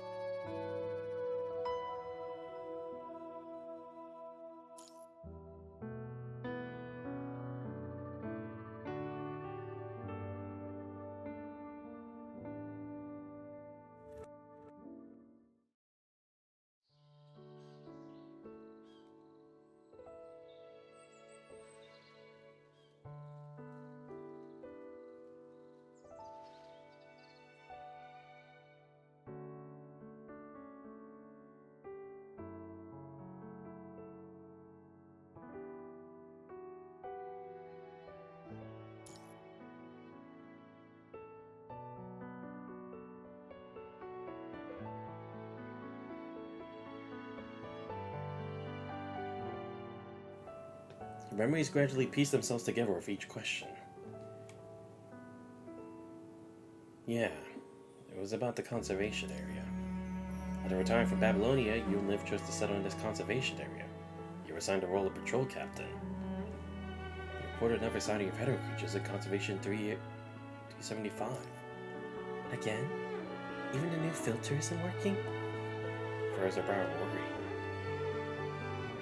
It's too soon to tell what happened. As logic settles into place in your mind, the ensuing conversation begins to flow more naturally. Area 375 has gone completely dark. I only heard about it from a couple of refugees who got out. Refugees? Has it really gone that bad? I'm afraid so. At a medical station now. No one knows with them. And Area 375 is so close to us. Do we know anything else? Not at all. The world government has yet to issue any response to the situation. It's unclear whether this is due to being overextended by a widespread punishing virus outbreak or another unknown factor. The patrol team received a situational update from the supervisor this morning. You've been directed to increase your patrol frequency and implement night shifts. That is quite worrying. Liv's gaze settles on Isling, who sits quietly to the side, repeatedly eating her bread with a fork. We're increasing patrols. It should keep us safe for now. Yeah. Liv still looks worried. It'll be fine. We've been through worse with the punishing virus. We made it through that. We can handle this. You're right, commit. Why does she feel compelled to call me command? The person retired long ago. The title was etched into her mind, indelible and persistent. Shoving the dissonance aside, Liv pressed her lips together and forced her to smile. You're right. I worry about tomorrow's troubles when we saw today's sunshine. We still have our residence rights on Babylonia, if it comes to that. Yeah. Things get dangerous, we could send Aisling back to Babylonia first. She'd be safe there at least. What about you? I'll be here, of course, protecting our home, right alongside you. I'm a decorated lieutenant, you know. Never underestimate the esteemed lieutenant. Oh, stop that. Well, 30 minutes of by, measured only by the wall clock's silent sweep.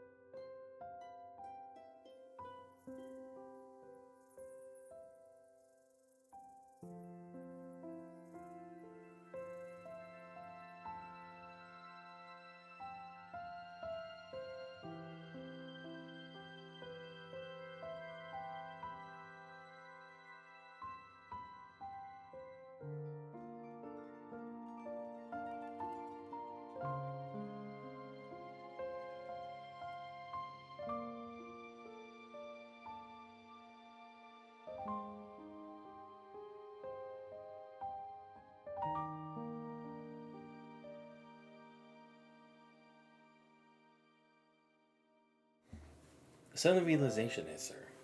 How does she know the mind's internal structure in such detail? Is she a human? Before she can trace the source of this unsettling discrepancy, a small hand tugs at her hem again.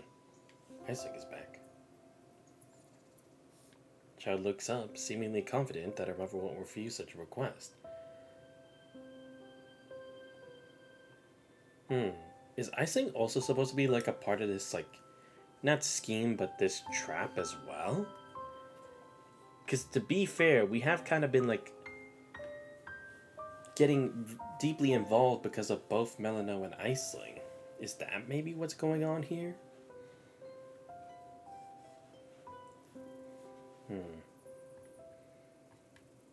I don't know, but be interested to find out.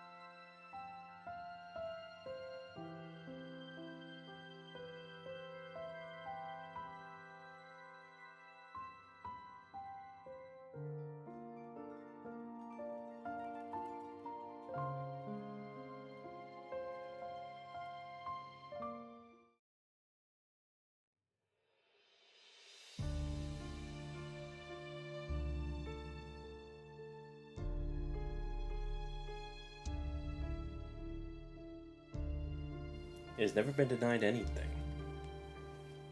Usually, it merely has to ask, or rather, doesn't even need to do that. Its nurturer readily offers everything she has, and this wellspring of devotion. It's drawn endless darkness from its nurturer. It knows the metallic, bloody taste of pain. It knows the gritty, salt and sand texture of sorrow. It's extracted all suffering from its nurturer's mind, placed the end of despair. There was one thing it has never understood. Candy is sweet. It sets a taste awakened as if, for the first time, a rich golden sweetness, like distilled autumn, bloomed and rolled across its tongue. Oh, right, yes, of course, because she isn't really supposed to have a sense of taste, right? Because she can't really taste anything sweet, I think, right? Is that what was pointed out before for Aisling, I think, initially?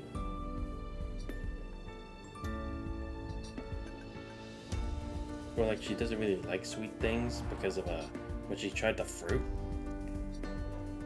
She found a sensation with near violent greed. Never knew the world could hold such vibrant colors. And then, this request was denied. Bewildered, it didn't know what reaction to fabricate.